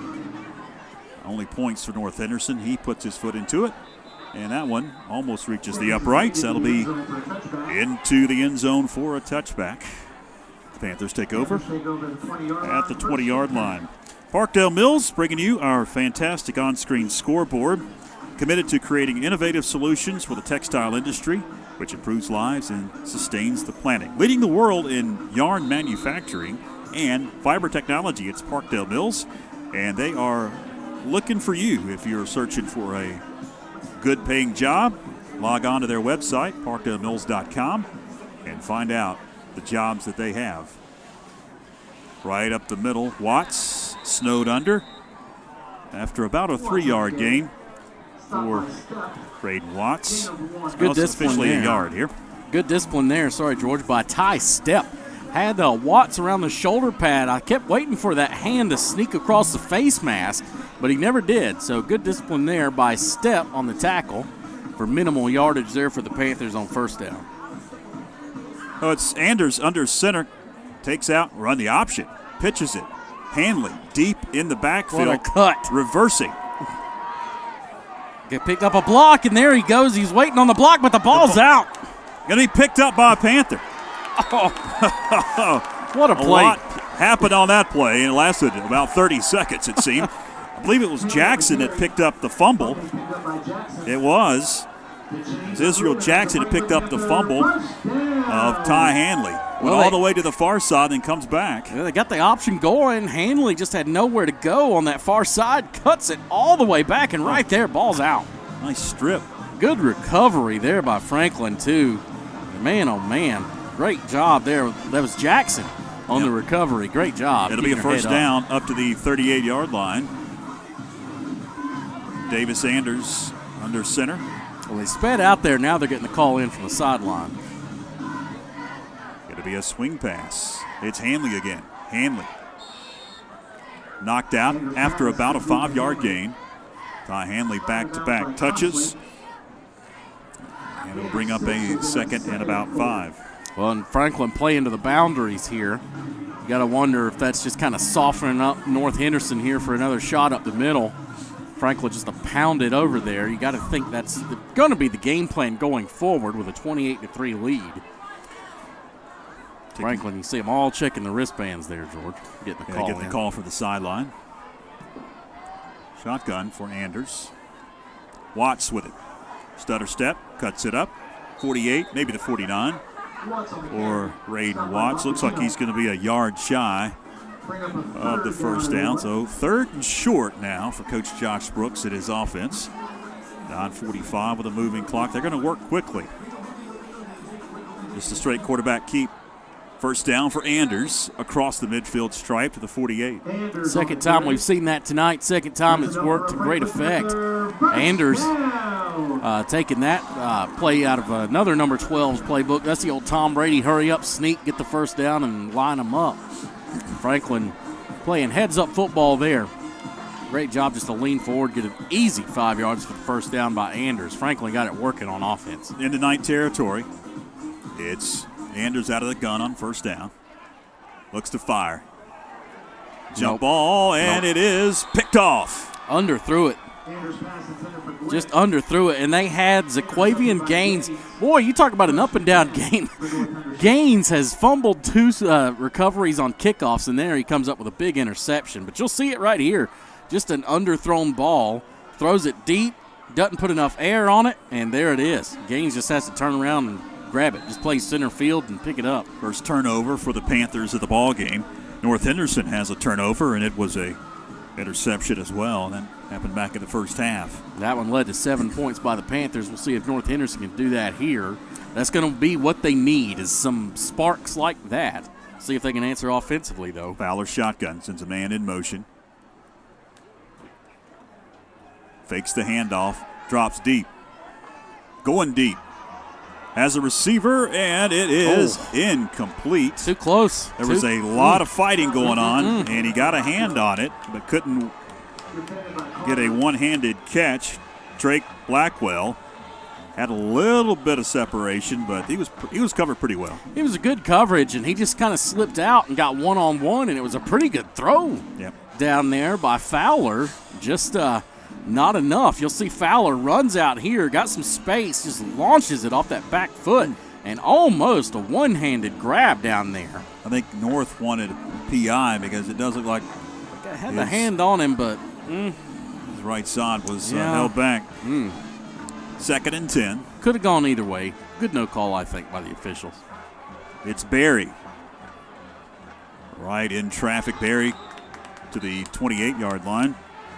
They'll bring up 3rd and long for the Knights as Aiden Berry gains right at 5 yards. Little trap, just a simple little handoff up the middle. Quarterback rolls over, just hands it to him, puts it right in the gut. Berry leans forward and picks up 5. So 3rd and 5 here for the Knights. Can they capitalize on the turnover by the Panthers? That's the question.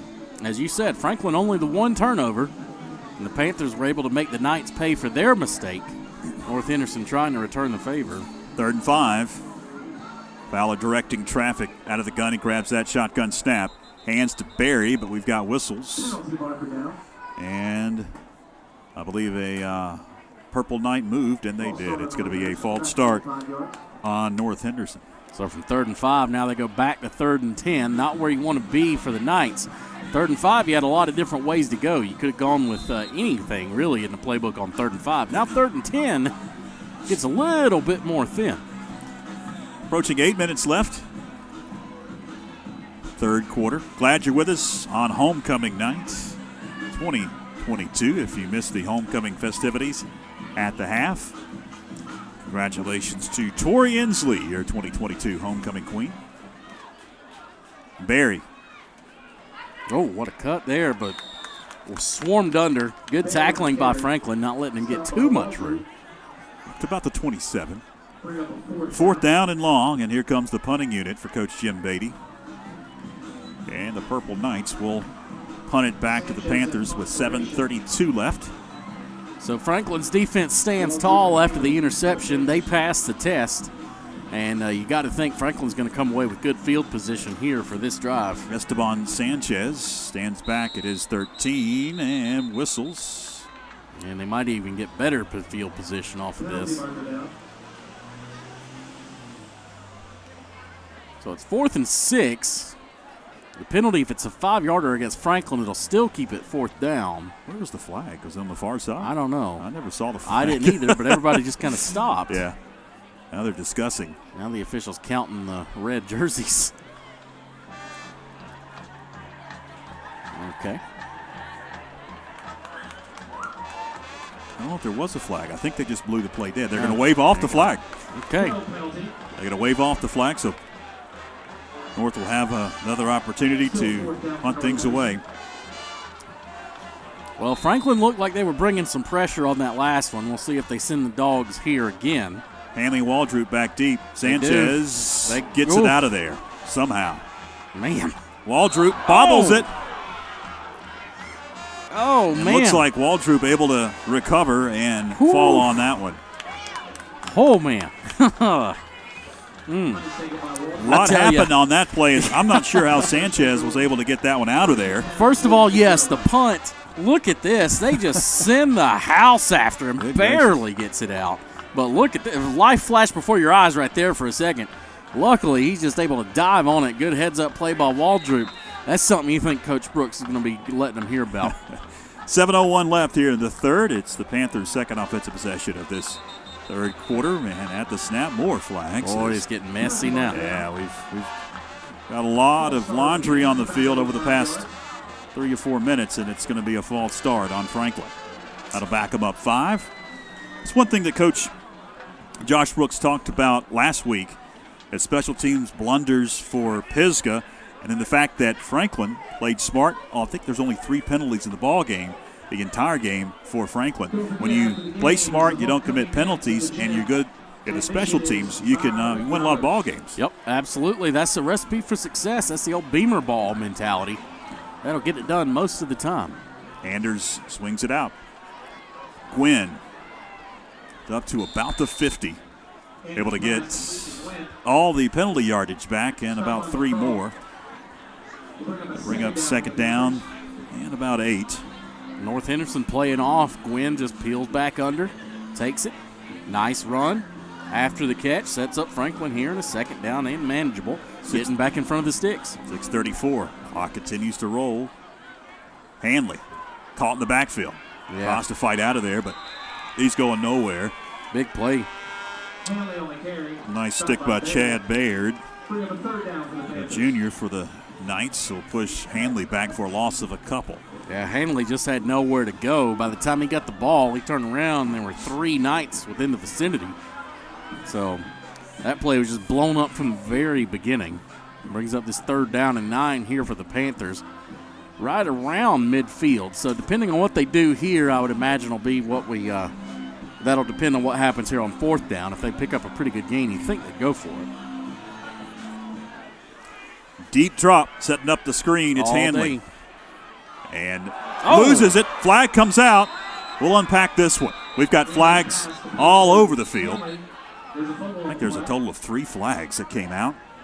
Well, Hanley took a shot. I believe it's going to be a targeting call as Hanley he's checking to see if he's got all of his teeth. Yeah, he is not feeling good. You'll see on the replay here, they try to set up the screen, get it going back, and there's a shot, just helmet right on the ball. Helmet right on the ball, George. I don't know if it's going to be targeting or not. No. I mean, that's about as good as you can draw it up defensively. Right on the ball to knock it loose. Here's the official. He is going to signal personal foul face mask on North Henderson. I didn't see the face mask. But the Panthers will take it. Okay. All right. There were 3 flags, so maybe they saw something that we didn't. Well, that ball just came flying out, and I think that took everybody by surprise. You could hear all the red and white faithful just as soon as that happened. May have been on the tackle. Could have been. After the ball popped loose. Quick hitter. Right up the middle. It's Braden Watts for about a 7. Another flag on the far side. All right, here's the face mask. Okay, got it cued. Oh, there we go. Yeah. Yep, right on him. That's what held him up long enough for the ball to get knocked angle. out. While we were in that replay, every official threw a flag. Yeah, so we've got something happening. Either somebody said something, but there is 4 flags on the field. Yeah, I think somebody's going to get a "How's your father" flag or something like that here coming up pretty soon. Somebody was saying something about somebody's mother, most yes. likely. Yes, exactly. It usually causes a flag. I always used to joke anytime you see the official come running off and the flag goes high up into the night, 15 every time. Yeah. Every time. You can determine if it's a 15-yard or personal foul or somebody said something directly to the official as to how high that flag goes. Right. All right, here's the official. We have discussed. You are blocking in some vehicles. Gold Camry, license plate KCX 9234. Please. A lot of flags. So offsetting. All right. And then after that, we've got a unsportsmanlike on North Henderson. Well, that would explain why that flag came flying in high up into the October night then. That's the 15-yarder right there. The offsetting penalties at a dead ball, unsportsmanlike. That'll tack on 15 more. Just kind of a shame this game has been so clean. Yeah, really until this third quarter. Haven't had many flags thrown at all. They'll march that one off to the 12. Mark it back at the 13. There's offsetting penalties and then a personal 5:33 left after all the laundry has been sorted out. Franklin has possession at the 12-yard line. The officials over there on that far end still talking it over.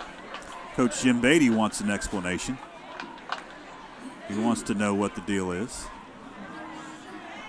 And the white hat will head on over and tell the head coach for North Henderson.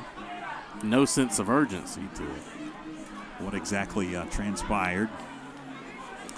A lot of fans still sticking around after the homecoming festivities. It is a chilly evening, but it's not too uncomfortable in the 50s. It's chilly but nice. Yeah, exactly. You know, it's need a coat, but not a big parka.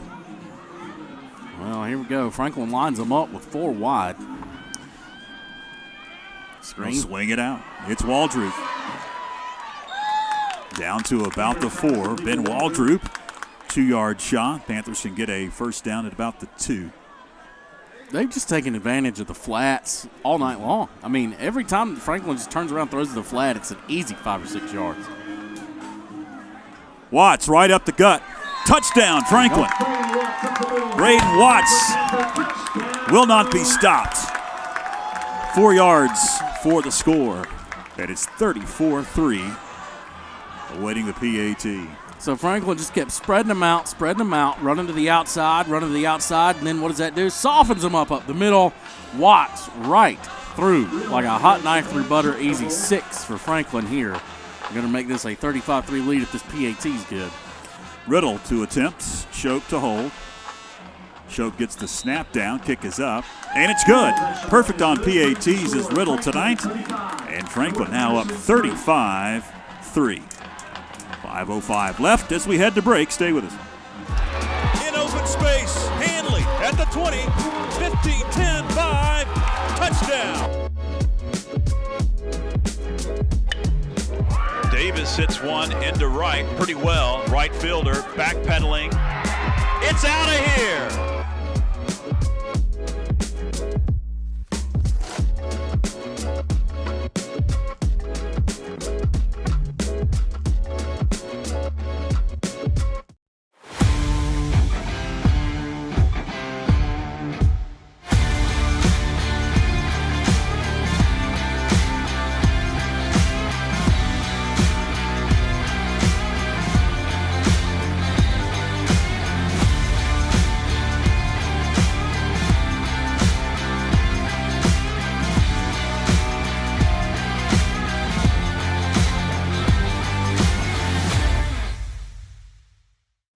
He probably don't even know. 5:05 left as you see Riddle teeing it up to kick it away to the North Henderson Knights on homecoming night at the pit 2022. Riddle, which side will he pooch it? He's going to send it over to the far side. It's going to be gathered in at about the 24. Right up the middle. He's still going. He is still about going. the 50-yard line. Drake Blackwell. Blackwell gives the North Henderson Knights great field position. Called his name a few times, too, tonight. Blackwell showing up, playing well out here tonight. Look at this. Not being denied effort. Just keeps driving. He's a big fella. Yeah, he is. Took a host of Panthers to bring him down. So with 4:55 left in the third, North Henderson heads out now trailing 35-3. It's been a struggle offensively. They've had spurts, though, of getting things together, but mainly it's been a lot of run right, run left. A lot of that we just saw. Aiden Berry, about 2 yards, 2nd and 8. Yeah, he's just pick up 1 or 2 over here, 3 or 4 over to the other side, and then another 1 or 2, and then occasionally throw. That's kind of the pattern that the Knights have fallen into here in this second half. But what else do you do when you're down 35-3 late in the third? Yeah, 4.5 left with a rolling clock in the third, 2nd and 8. Fowler directs traffic. Waits the snap, grabs, hands. It's Berry again. Room. Now right side. Berry, look out. Oh, he's got some speed. Chopped down at about the 22. Put on the brakes there at the end, and good job by Ty Hanley just staying there, not falling down the other way and letting him cut it back to the inside. You'll see him here, Berry, nothing exotic. They just run him off to the left and then bring him back to the right. Gets a wall of blocks and takes full advantage. In there, nice job. Yeah, Hanley got the angle. Just staying there by Hanley. Not completely giving up on the play. 1st and 10 at the 21. Fowler and company. Drops as a receiver, and it's over his head. He was trying to hit Drake Blackwell, who just had that kickoff return. It's over his head and a little bit behind him, too. If he puts that out in front on that front foot, it would have been a nice little completion if he could have turned it upfield. But a bunch of that for the Knights so far, just a little bit off. Stops the clock, 3:42 left. 35-3. Panther advantage. The quarterback, Coach Beatty, Mason Fowler, running for the sideline. We got the play call. Down to 9 on the play clock. Hands to Berry. Berry going nowhere. Play. What do you know? We've called his name a ton tonight. Chance Pitts, again with a behind the line of scrimmage tackle, a tackle for loss. Third down and long. It'll be third and about 15. Pitts just comes flying in from that linebacker position and just undercuts the ball carrier. Great job by Pitts. Fired up out there after that big stop for loss. So third down and 15 or 16, as you said, George, here at North Henderson. Lining it up. Ticking towards 3 minutes left. As it's Fowler again, grabbing the snap. Looks to fire. Heaves to the end zone, and it is knocked away. Triple coverage right there by Franklin. Had him blanketed, but really nowhere else to go. It looked like he's the only one they had out there in the route. If you put a little more air under it here. Yeah, throws it out. And three Panthers all around him. Just the only option he even had, George, the only place he could go with the football, knocked away harmlessly to the turf. Esteban Sanchez to attempt another field goal. He hit a 38-yarder. This one's going to be a 44-yarder. Bad snap. Kick is up. Looks like it's got the distance, and the kick is no good. Oh, man. Oh, that was – he's got a leg now. Yeah, he sure man, does. Oh, man. Sanchez will drive the ball. I thought that thing was going to be blocked, though, and how it wasn't, I still don't know. It was like a seeing eye kick right over the fingertips or right between the fingertips. So in high school ball, the missed field goal means that the other team gets it at the 20-yard line, unlike in college and in the pros. We'll go back to the 20. Well, I would expect Nostradamus over here. We saw how good I was on that at the second quarter. But I would expect Franklin to kind of start to let the air out of the ball here. It's Watts right up the middle. And Watts, just a bowling ball to the 28. It's going to be about a yard shy. And that just wears on you, George. You get, as you said, a bowling ball running downhill at you, angry. And every single time these Knights cannot bring him down one-on-one. It's taking 2 and 3 guys to get him, and they're just having to use momentum to even get that. And expect to see more of that as we go through here at the end of the third and on into the fourth quarter. Second and a yard on our Parkdale Mills scoreboard. Sometimes football is a beautifully simple game, and when you got a kid out there that can lean forward and get you, several kids actually. It's Hanley. Oh, Hanley, what a move. Got an alley. Out of bounds at about the 44 in North Henderson Knight territory. A Knight helmet goes flying on the track. They'll mark him actually up to the 42. A big run for Ty Hanley. Yeah, you'll see it here on this replay again. They just get outside contain, cuts it in. Number 21 had him, forced him back inside. Hanley makes him pay, and a whole host of Knights chasing after him. Ball comes out, but it was well after Hanley was out of bounds. Great run by the red and white. Sets up 1st and 10 for the Panthers. 2:02 left. It's Watts again, right up the middle. Look at that. Look at that defensive lineman, number 51. I mean, he's just knocking people over. And that's what you want. You want a back like this, backs like this, I should say, between Hanley and Watts. You want these kind of guys in the fourth quarter situations. You remember Stephen Davis for the Carolina Panthers? Oh, yeah. That's kind of what you want. These big sledgehammer backs just keep running at you and running at you. And Franklin right now, this is bread and butter, man. This is what you sign up for, Franklin. And it looks like if the Panthers do punch it in here, you'll see some of the second, third teamers coming in. Looks like we'll get a new quarterback next offensive possession as Hanley is just fighting and now knocked out of bounds after he wouldn't go down for no gain. It's going to bring up 3rd down and 5. These kids are going to be they're going to be feeling good, pretty bruised up here over the next few days. Yeah. We have seen some shots out here by both of these teams. They're both getting after it out here. And also Franklin delivering a lot more hits on the offensive side of the ball too. We're down to 52 on that game clock as it continues to tick. Panthers they'll run a play here. So we're down to 10 on the play clock. Anders scans the defense. He's going to take off right up the middle. Anders for about 3, maybe 4. And that should take us to the fourth quarter. When's the last time you saw a quarterback sneak on 3rd and 6? Took a while to identify, hey, let's Let's run that. They stopped it. I mean, he's lined it up, 3 times? And every single time it's a free 5 yards. They don't have anybody there. Take it. It's going to be a 4th down and short, 4th and a yard as we head to the 4th quarter. On homecoming night, 35-3, home team. We'll take a break. Leading the world in yarn manufacturing and fiber technology, Parkdale Mills Plant Number 24 is located just 18 miles from Franklin and is the largest private employer in Rabun County.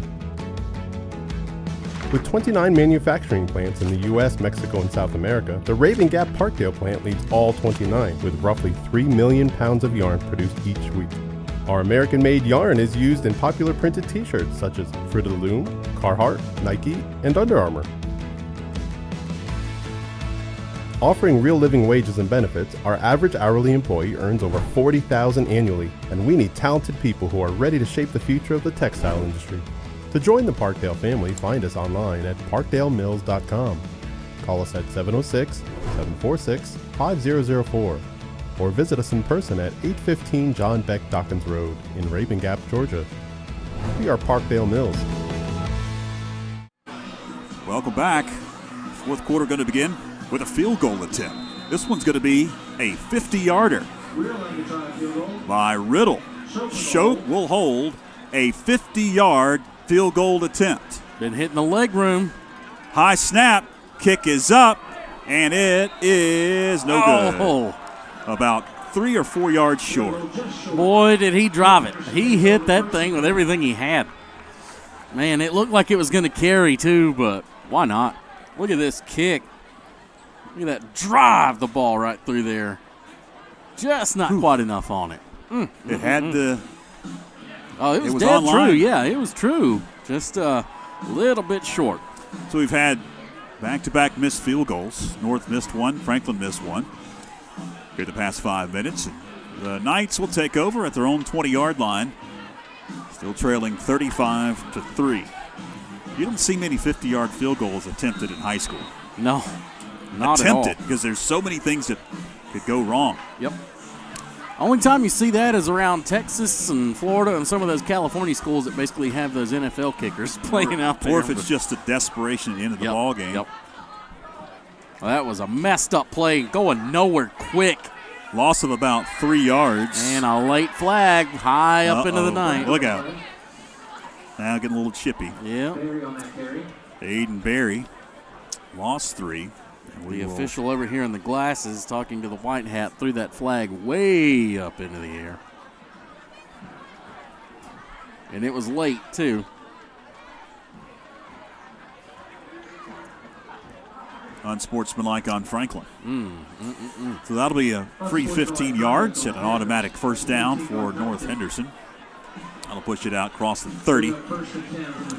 Well, just mental mistakes.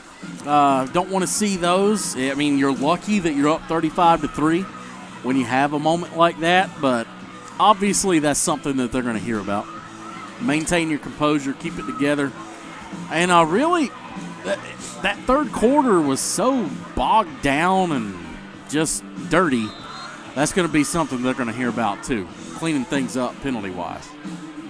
Oh, Fowler grabs the shotgun snap. Again, it's Berry dancing in the backfield. It's been the Fowler and Berry show. They've had most of the touches. Well, Berry has covered about 185 yards worth of turf tonight. He probably has about 60, 70 yards rushing, though. I mean, he's ran for his life every time he's got it. 3-yard gain for Berry. We'll check some scores from across the mountains. 28-21, a tight one in Asheville. T.C. Robertson and Asheville doing battle. That one to the 4th quarter. A blowout now in Cherokee County. 4th quarter, Andrews 33 and Swain 6. We'll get more scores after this play. 2nd and 7. Right up the middle, busting free. Berry to the 50-yard line. Nice solo tackle by Ty Hanley. That'll move the sticks for the Knights. More scores. Here's the replay. It's a touchdown-saving tackle by Hanley. You can see Berry takes it. Nobody even touches him. Nobody touches him until Hanley's able to get him there. They just got him right up the middle. 3rd quarter, Smoky Mountain Conference, Robbinsville up 16-7 over Cherokee. St. Francis has taken a lead over Rabun County, 14-10. That's in the third quarter. Also third quarter action, Tuscola 42 and East Henderson 16. Again, right up the middle, another big hit delivered. That's Ty Hanley. Man. As it's Barry right up the gut. Ty Hanley, say 14 points just on 2 straight tackles. They got to get somebody coming off a block up the middle here. Barry just getting it. It's easy. Gain of 7, 2nd and 3. More scores. Third quarter, West now pulling away from Pisgah. 31-14. Chase pulling away from Brevard. This 34-14. And at the half, Murphy on top of Hayesville, 14-7. Wow. Under 10 minutes left. As Barry comes near side, now going to be slung down. Good job there, Franklin. Keeping contained there on that outside. Carver in there on the tackle, going to be close. Looks like he is going to be inches short of the first down marker. They're going to give it to him. But the reason I say good job keeping contained on the outside by Franklin there is North Henderson had just ran the ball up the middle, just gashed them on consecutive plays by Barry. Then they bounced it outside. Franklin disciplined enough to string him out, not give him much. I mean, he did get the first down, so they moved the sticks, but didn't make that a big play like the previous 2 were for Barry. Line up in the pistol again. And Barry once again. There you down. go.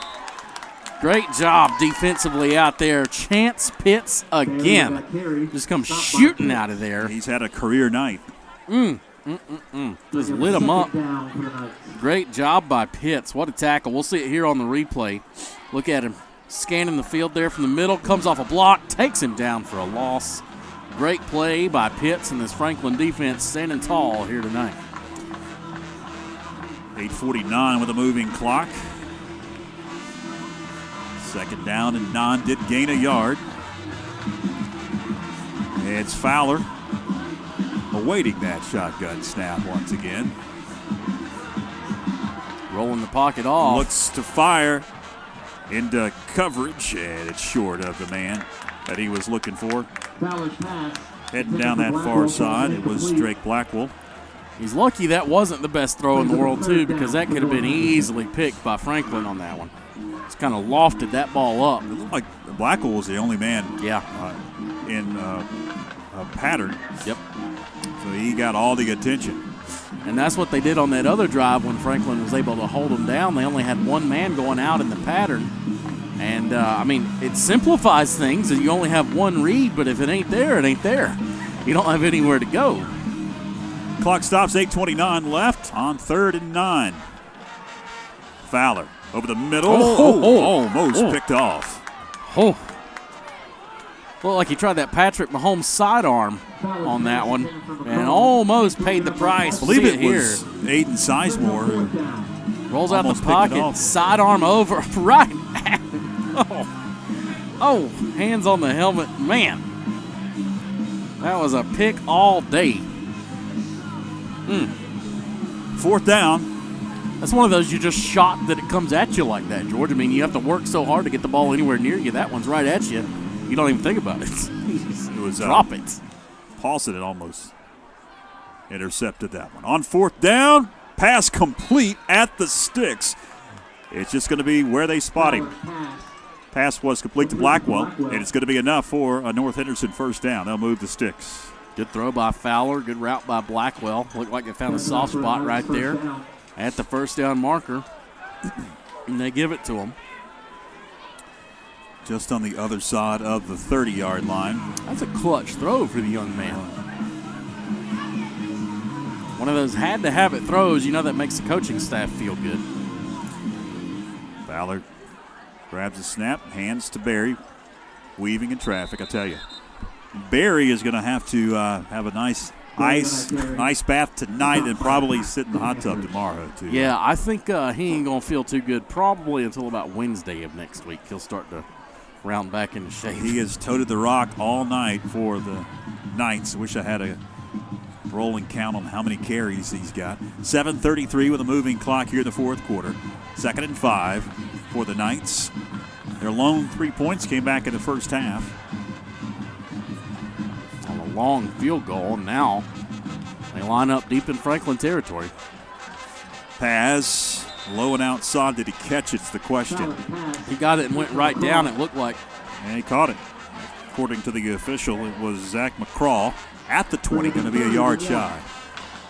I tell you, on this drive especially, Mason Fowler's made some pretty good throws. I mean, he had to come in here. You got to give it up to him. Look at this one. Look at this effort here on the catch, too. And indeed, is it a catch? Went down to one knee, grabbed it. Didn't see anything there. It looked like it came loose.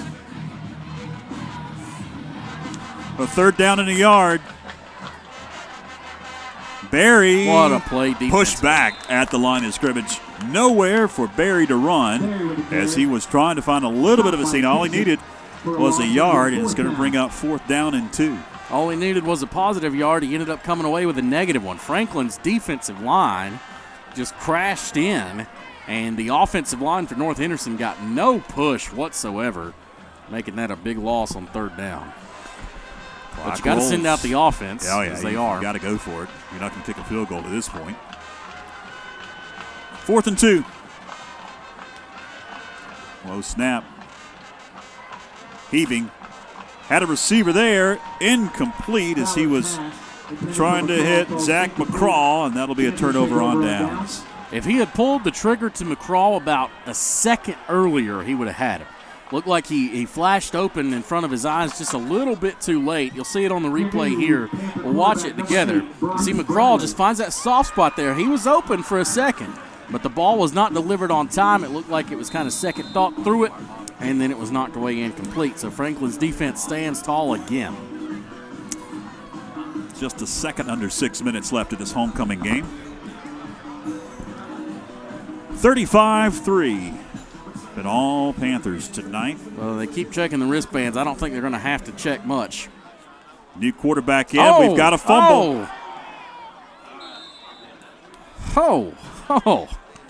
Scooping it up for the Panthers is Eli Brown. Brock Bradley, a new quarterback. There's some confusion in the backfield, it seems. Okay, we can't have that. We see Brown come up under center, turns around. No. The defender was right there on him. Yeah, credit. Big number 61, Christian Edwards, causing that fumble. Somebody blow a block there, but Edwards was just right through the middle. Can't have that. Can't have that. No chance of the quarterback, Brock Bradley, who is his first offensive snap in the ball game. Got some playing time against Tuscola a couple of weeks ago. You know, George, I've always thought coaches deep down secretly kind of like those kind of things in this kind of game. Oh, yeah, no doubt. Handoff goes to Braden Hervey, and Hervey able to gain about 5 yards. 3rd down and 12 for the Panthers. And I know a lot of people might say, well, why would you ever want that to happen? Want something to well, I'm not saying you want it to happen, but when bad things like that happen in a game like this, when you're up 35-3 and had your way, those are teachable moments that they can use. Coach Brooks and everybody can get together and say, hey, moving forward, we got to clean this up. 3rd and 12. Pitch is going nowhere for Eli Brown. Brown on the carry. It'll be 4th down. They'll punt things away. Well, that was a bowling shoe ugly possession right there. Nothing going the way of the Panthers. That first down play really put him behind the 8 ball. They're mark it back at the 17, so it's going to be 4th down at 14. And we're going to get a new punter. No, this is actually, I believe this may be the first punt of the night for the Panthers. It's going to be Ashton Shope that will punt it away. Last week, only one punt attempt, and that was the final play. Well, I say the final play, the play that really sealed the ball game against Pisgah when they had too many men on the field. Nice punt. Going to angle it, head out of bounds at the 45. Takes a nice Panther roll. Yeah, the roll really was nice on that punt, as you said. Got it out, moved to the pocket, nice punt. But here we go. 3:42 left, and North will have possession at their own 45-yard line as we tick the final few seconds and minutes of this homecoming ball game.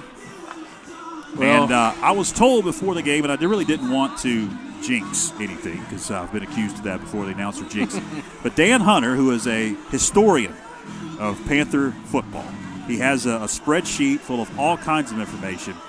I ran into him before the game, and he informed me that he believes, through his research, that Franklin has never lost to North Henderson.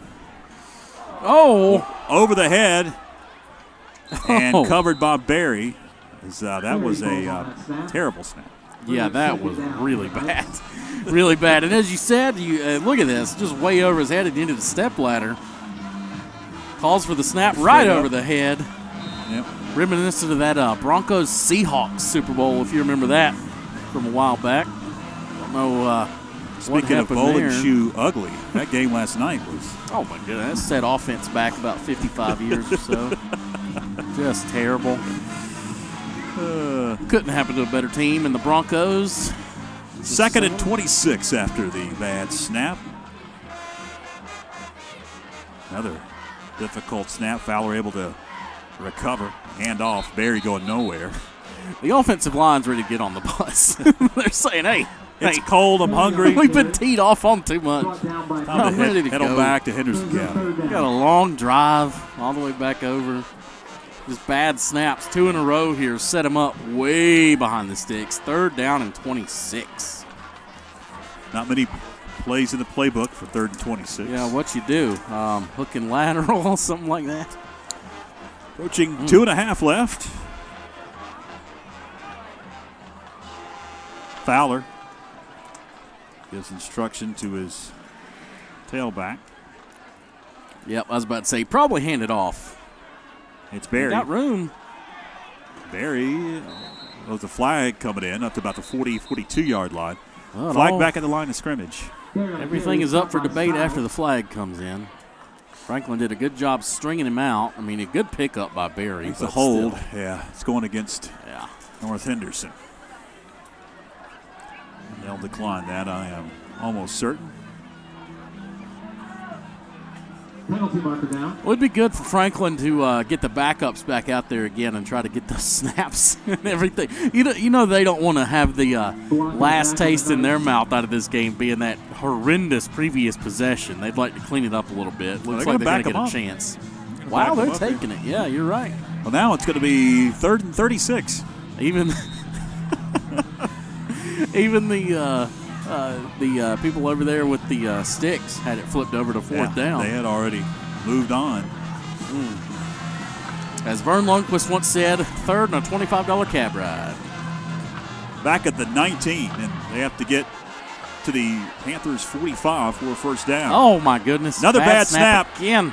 All the way back to the 9-yard line. It'll be 4th down and 45. I'd go for it. 4th and 45, man. Hey. Roll him out, throw it. Who cares? Whatever happens, happens at this point. If I'm North Henderson, I didn't come here to not throw a touchdown. Roll the kid out, throw it deep. 4th and 43 officially. I'm not sure I've ever seen that. I don't think I have. Not for him. They'll punt and get it out of there up to the 33-yard line. The Panthers have pretty good field position here. A minute 20 left in North Henderson territory. 2nd string out there. Tell you how bad they were backed up, though, George. That punt wouldn't even got him a 1st down. It's very true. That's the sad part. It was a good 20 yards from a 1st down. Oh, man. How often do you see that? So it's going to be Brock Bradley, the signal caller, settling under center. He's going to hand off. There you go. There you go. Positive yardage. Eli Brown over there left side. Brown able to gain about 5. That'll drain more clock. Probably have to run one more play. And that's what you want. Be in the books. Sorry, George. That's what you want, though, for these 2nd stringers. You wanted to get them back in there and just get one snap and a positive play, just so they feel something good coming out of it. Because that other drive was just putrid. But this one, they at least got the snap down. Bradley going to drain all that play clock. We're down to 10.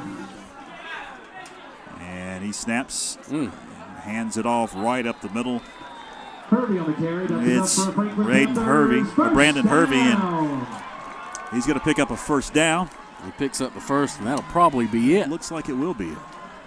Don't have to run a play. Down to 28 seconds. Play clock says 30. Yep. Coach Brooks gives them the hands up sign saying, hey, we're just going to get it on out of here. So that is going to be the 5th victory to 2 losses for the Panthers here in the 2022 campaign. Franklin will move their conference mark to 3-1. They'll meet at midfield as the final seconds roll off the clock. There's the horn. There's the cannon. 35-3 is the final on homecoming night. Smiles all around for the homestanding Panthers. Took care of business on the field. Tori Inslee was named your 2022 homecoming queen. And lots of folks heading to the exits happy as the Panthers won 2 straight here at home after losing 3 in a row at home, dating back to last year. That's just hard to believe. To face the Smoky Mountain Mustangs next Friday in Silva in the Battle of Cowie Mountain. Well, that's pretty much going to wrap things up. Want to thank you, Dustin, for pinch hitting for Mike and Byron, filling those big shoes tonight. Hey, man, we know we can't fill the shoes of a legendary broadcast crew. Madden and Summerall were a one-time, once-in-a-lifetime thing. But people forget how good Al Michaels and John Madden were. Common thing is I'm John Madden. Yeah. Thanks to our fantastic camera crew, Christine, Braulio, and Philip on cameras tonight, and Clinton Taylor, our executive producer, running all of the fantastic replays for us tonight.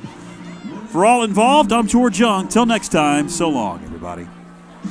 The FHS Athlete of the Month is sponsored by the First Citizens Bank and Corbin Dental.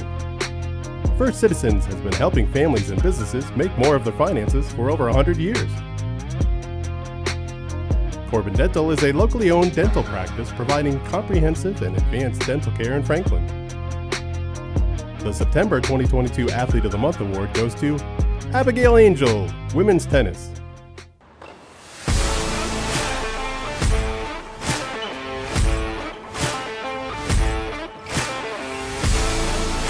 I'm Abigail Angel. I'm a sophomore at Franklin High School and I play tennis.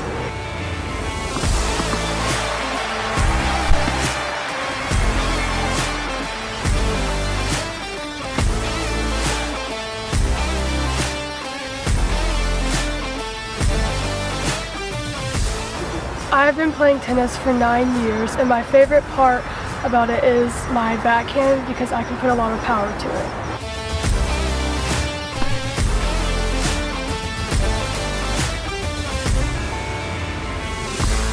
My plans after high school are to hopefully get a scholarship for tennis, and I have not decided what college to go to yet.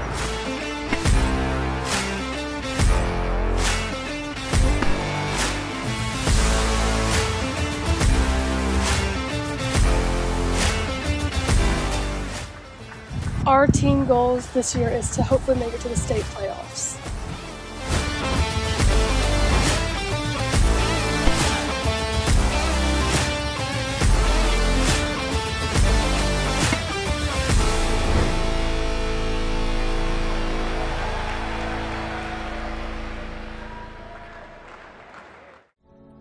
Leading the world in yarn manufacturing and fiber technology, Parkdale Mills Plant Number 24 is located just 18 miles from Franklin and is the largest private employer in Raven County. With 29 manufacturing plants in the U.S., Mexico, and South America, the Raven Gap Parkdale plant leads all 29, with roughly 3 million pounds of yarn produced each week. Our American-made yarn is used in popular printed t-shirts such as Fruit of the Loom, Carhartt, Nike, and Under Armour. Offering real living wages and benefits, our average hourly employee earns over $40,000 annually, and we need talented people who are ready to shape the future of the textile industry. To join the Parkdale family, find us online at parkdalemills.com. Call us at 706-746-5004, or visit us in person at 815 John Beck Dawkins Road in Raven Gap, Georgia. We are Parkdale Mills. Planning a kitchen or bathroom remodel? The first call you need to make is to Anders Custom Woodworking. Tim Anders specializes in custom cabinetry and granite countertops. for kitchens, bathrooms, offices, and entertainment centers. From the large kitchens to the smallest bathrooms, Anders Custom Woodworking will make sure your specific needs are met. Give Tim Anders a call at 828-342-4222 for a free estimate today. Locally owned and operated, Tipton Pharmacy is Franklin's hometown pharmacy and can fill all your prescriptions. If you need a compound or a regular prescription filled, stop by Tipton Pharmacy or use the convenient drive-thru. Tipton Pharmacy is located at 175 East Main Street in Franklin.